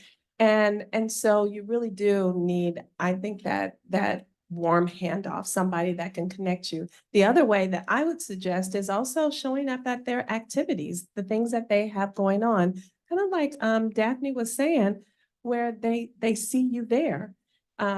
If this is a community that you know are deeply passionate about, then there are activities that they have going on that you would want to participate in and volunteer in, regardless of the grant funding. And so I would say showing up and meeting people when you are there, not asking for something, is really another good way. Yeah, right now, when we don't have a grant funded right now, so I just continue with partnership with the Latin American Association for the Health Fair, for teaching any short programs and any webinars, going to the other healthcare fairs, so to be able to continue being part of it and understand the community to start. I think it was even though that I'm from Venezuela, I speak Spanish, but I understand how each patient can listen to me and be able to connect and come to the class and understand that connection is very, very important. So the way that you're gonna talk with them, or if you're gonna go to the facility, or how you're gonna communicate, because you need to listen to the patient first, or the person, to see if they're interested. And when you connect, then they can come. But if you call them and say, hey, there is a class and that's it, they're not gonna come. I used to call more than 100 patients myself, and then only 1 or 2 show up for the class. And then it's just, I have to spend like 30 minutes in a call to know how they're live, to connect with them, to see what's going on and say, okay, I can help you. I can help you with this. I know it's a lot of time, but it's like consenting a patient in a research. You need that time, devotion, to be able to do that. So that's my little advice. I'm patient. Yes.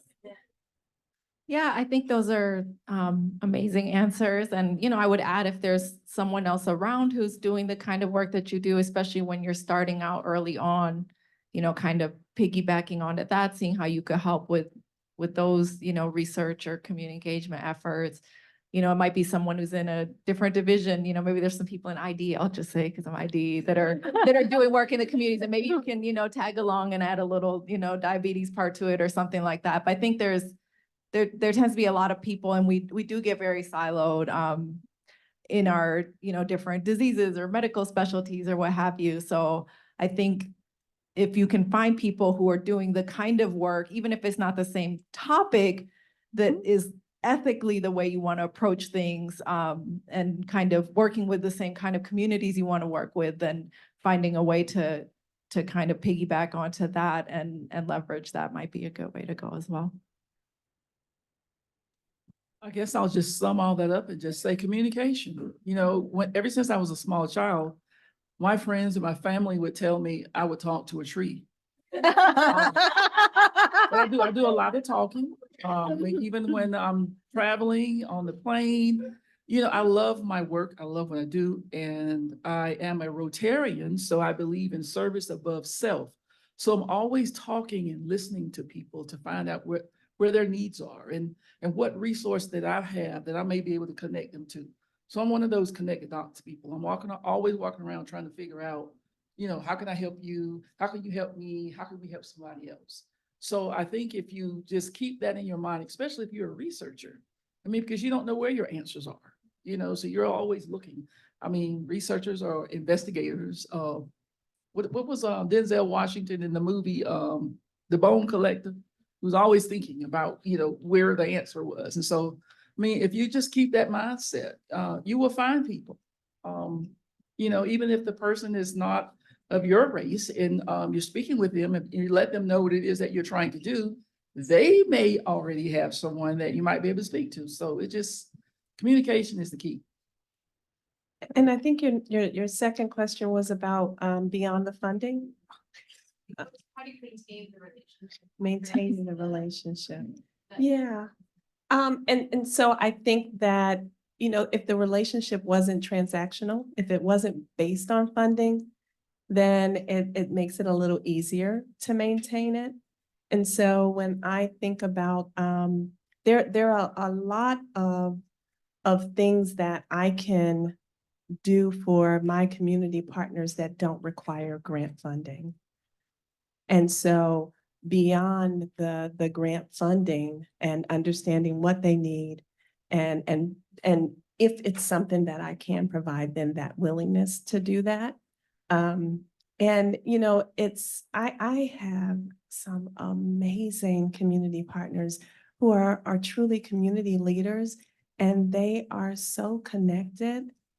They can open doors that I could never access.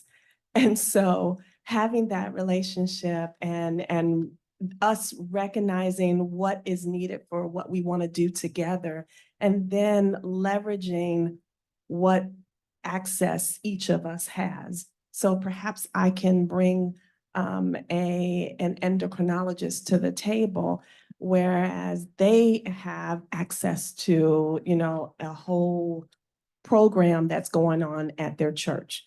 And if it's a mega church, oh my goodness.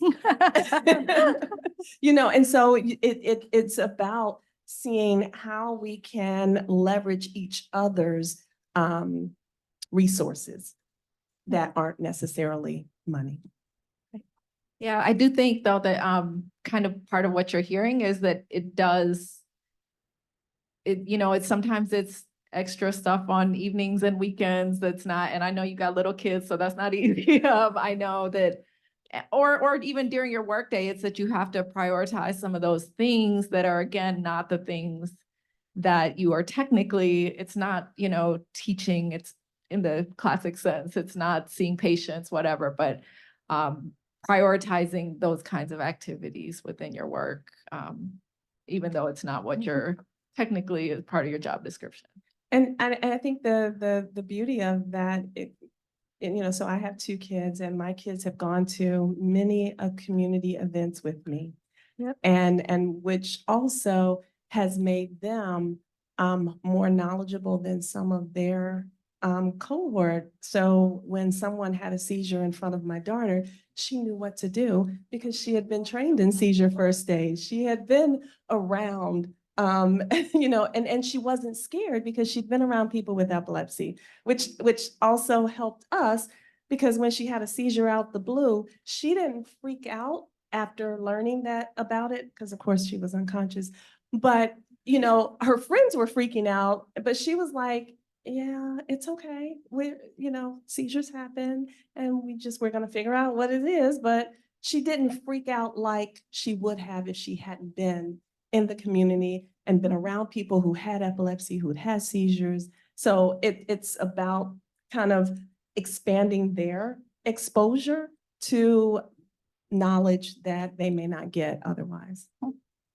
Yeah, one last thing I'll share with our Emory Prevention Research Center is always bringing back the kernels that you learn from your research back to them, whether it's infographics, whether it's giving them detailed reports, executive summary reports, 5 pages or less, whatever they'll read or take, because those data, sometimes if they're community serving organizations, can use it for their programming and things like that, for some of your research findings. So I think it's, you know, like close the circle always when you're doing research. I think that's very helpful. And sometimes even sharing it back with them. I think Dr. Quarles mentioned that, you know, they can give you insights about why you're seeing this in your results, you know, and they can really give you thoughts and maybe even solutions for, you know, future interventions or strategies to try. Yes. So another question from the audience and then we'll close. Yes. I just had another quick comment for you. A golden opportunity is to disseminate your results. So you're in a clinic, make a patient-friendly poster, have it in there, and Thank you, moms. This is what we learned, you know, a couple golden nuggets. Send the people who participated a postcard. Go to a mom's group, and you don't need to be there 2 hours, 20 minutes, and say, thank you, this is what you taught me. So disseminate your results. You've had 3 posters accepted. Each time, let your customers and your participants know, wow, you did this, and this is what we learned. So over disseminate and thank your participants, and sometimes that's your best recruiting tool for your next round. And I think they may also, you may be surprised in what they see and what you're presenting back to them. They may see things that, you know, as researchers or investigators, where our mind is going is completely different. And so they may see some things that are really quite insightful. Hi, this is for Dr. Hussein. Make sure I pronounce your last name correct. Hassan? Hassan, okay. I have 2 questions regarding Black American gay men living with HIV. Have you, examined the role of spiritual wellness for them, their connection with the Black American church, and if they have been close to it or have deviated from it or have returned to it since their finding out that they are living with HIV, and then 2, their connection with their mothers, their relationship with their mothers, and how this has impacted their health or assisted them in living a healthy lifestyle while living with HIV. Thank you. Yeah, no, those are both complicated, and I'm happy to talk more about it. But I guess just to quickly answer the question. So with regards to religion and spirituality, obviously we're talking about Black people, we're talking about Black people in the South. I mean, these are issues that are going to come up a lot. But when you're talking about gay men, it's going to be a little bit more complex, right? Because a lot of the homophobia that a lot of my young guys have encountered in their life came through the church and from the church. At the same time, if you grow up in the church, that's still a part of your outlook. So I remember when I started this work, not being a religious person myself, I thought that all the guys were going to be like anti-religion, like, but it's not like that at all, because they grew up in that church, like that spirituality. And this is speaking in generalities, of course, everybody's different. But I would say for the most part, most of the young men I meet might be spiritual, but to different degrees, depending on how hurtful their experiences or affirming their experiences were. They may or may not be involved with formal religion. So it is a kind of a complicated situation where churches certainly have a role to play in HIV education and prevention, and there are a lot of people doing work around that. But specifically when it comes to issues around sexuality, it's not always a positive relationship. So, and similarly with moms, we see the same things as well. And so there's actually a project I'm involved with. I'm an MPI together with a researcher at UAB in Alabama. And the idea was to bring in Black women as support, because so many of the young Black gay men that we talk to, when they talk about their support networks, they talked about women in their lives, usually their moms, but other relatives, sometimes a female best friend. And so the idea of this research was to build on that, to kind of train Black women facilitators to disseminate information about HIV prevention and things like that. But again, it became a little more complicated, because when we did some in-depth qualitative research, we found that a lot of people also experienced hurt from those same people. And a lot of times it's related to that church, the church aspect as well, right? So if people are, in a church environment that does not support, same-sex relationships, if their mothers grew up in that and then their mothers convey that to them when they come out, it can complicate the relationship. So even if that person is providing support, they may also be contributing to some of the challenges. And so then we had to come up with a curriculum to try to see, well, how can we try to educate, folks around issues of sexuality, around things that might be hurtful, that they don't even know they're being hurtful. And so that's been very interesting as well. And like I said, I'm happy to talk to you about it a little more. But I think that it also speaks to just kind of bringing it back to this issue around community engagement. The community is so diverse and never monolithic, and that people can have these experiences, and then other people can have totally different kinds of experiences within what we look at as the same community. So yeah, thanks for the question. I think we have one last question in the back. Thank you. And thank you all for like the wonderful work that you do. And it's pretty informative and insightful to hear about how you're tuning your research and your practice to suit the needs of the community. So my question was trying to understand how typically when researchers, scientists, or physicians or clinicians are trained, we're sort of like asked to maintain a separation between our knowledge and so that we can be objective about the hypothesis we test. So in community-driven research or in the kind of work that you do, how do you maintain that objectivity? How do you have like a unbiased stance even before you engage with the community? And once you do, does it inform your research? Have you ever felt at one point that there is a tension between what you want to test and what the answer will be? And whether that is like biased to your question? Sorry, I don't know if that is clear.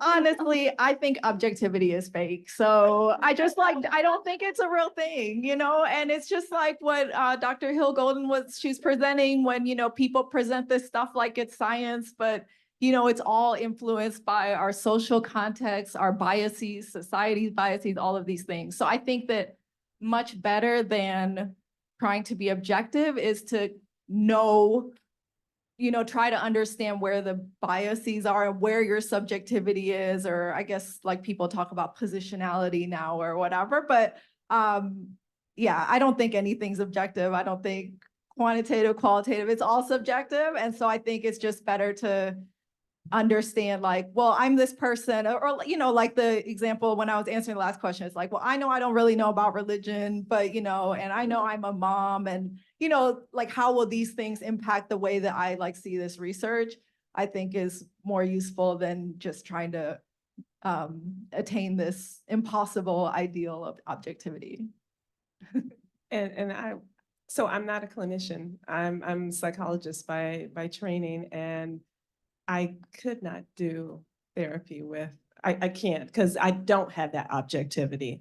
I think that part of bringing my authentic self has me not holding back, and me being who I am with the people that I am working with does not allow me to be objective, because it is very personal. It's very personal to them.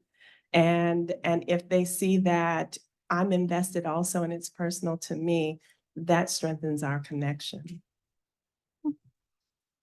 Thank you. One thing I would add too is sometimes the community asks those great questions that can become additional research questions that you didn't even think about. You might be looking at your outcomes, whether it's 1C or depression or more physical activity, but they're asking around, how come people aren't finishing your program? So, and you want to ask those questions about, what are those things that get in the way of more women being seen in your program and things like that. So it's an important thing for that community engagement to kind of understand what their interest in your research is. And I think that really adds to the value of different outcomes that you can have. Well, I just want to thank our superb panelists. I know we could keep going on. So let's give them a round of applause.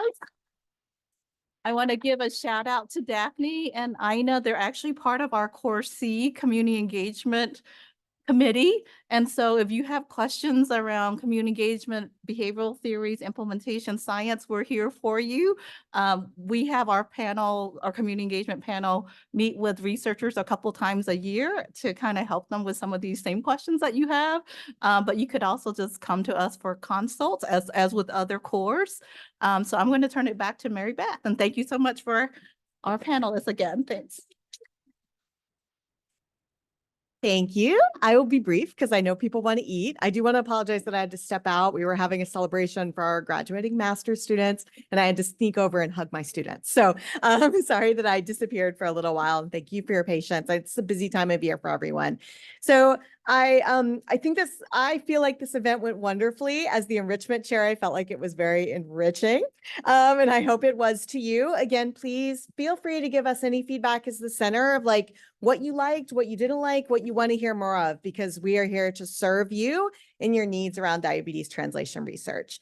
I want to give a special thanks to Wendy and Jeff for organizing everything so beautifully and making sure we had food and making all the slides and emailing everyone. Jeff particularly has really like kept this event moving forward on behalf of me. So I actually think he deserves all the thanks. So thank him, not me. We will have lunch available outside. Feel free to come back in here and eat on one of the two lovely porches. Before we do break for eating, we would like to take a picture of all the speakers. So if you were one of the speakers or on the panel, please come up for a photo before you go out and grab your food. But thank you again to everyone and please enjoy your lunch.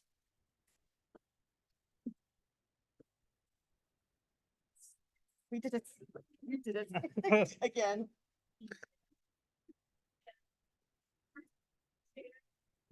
We'll send it out, yes. Yeah.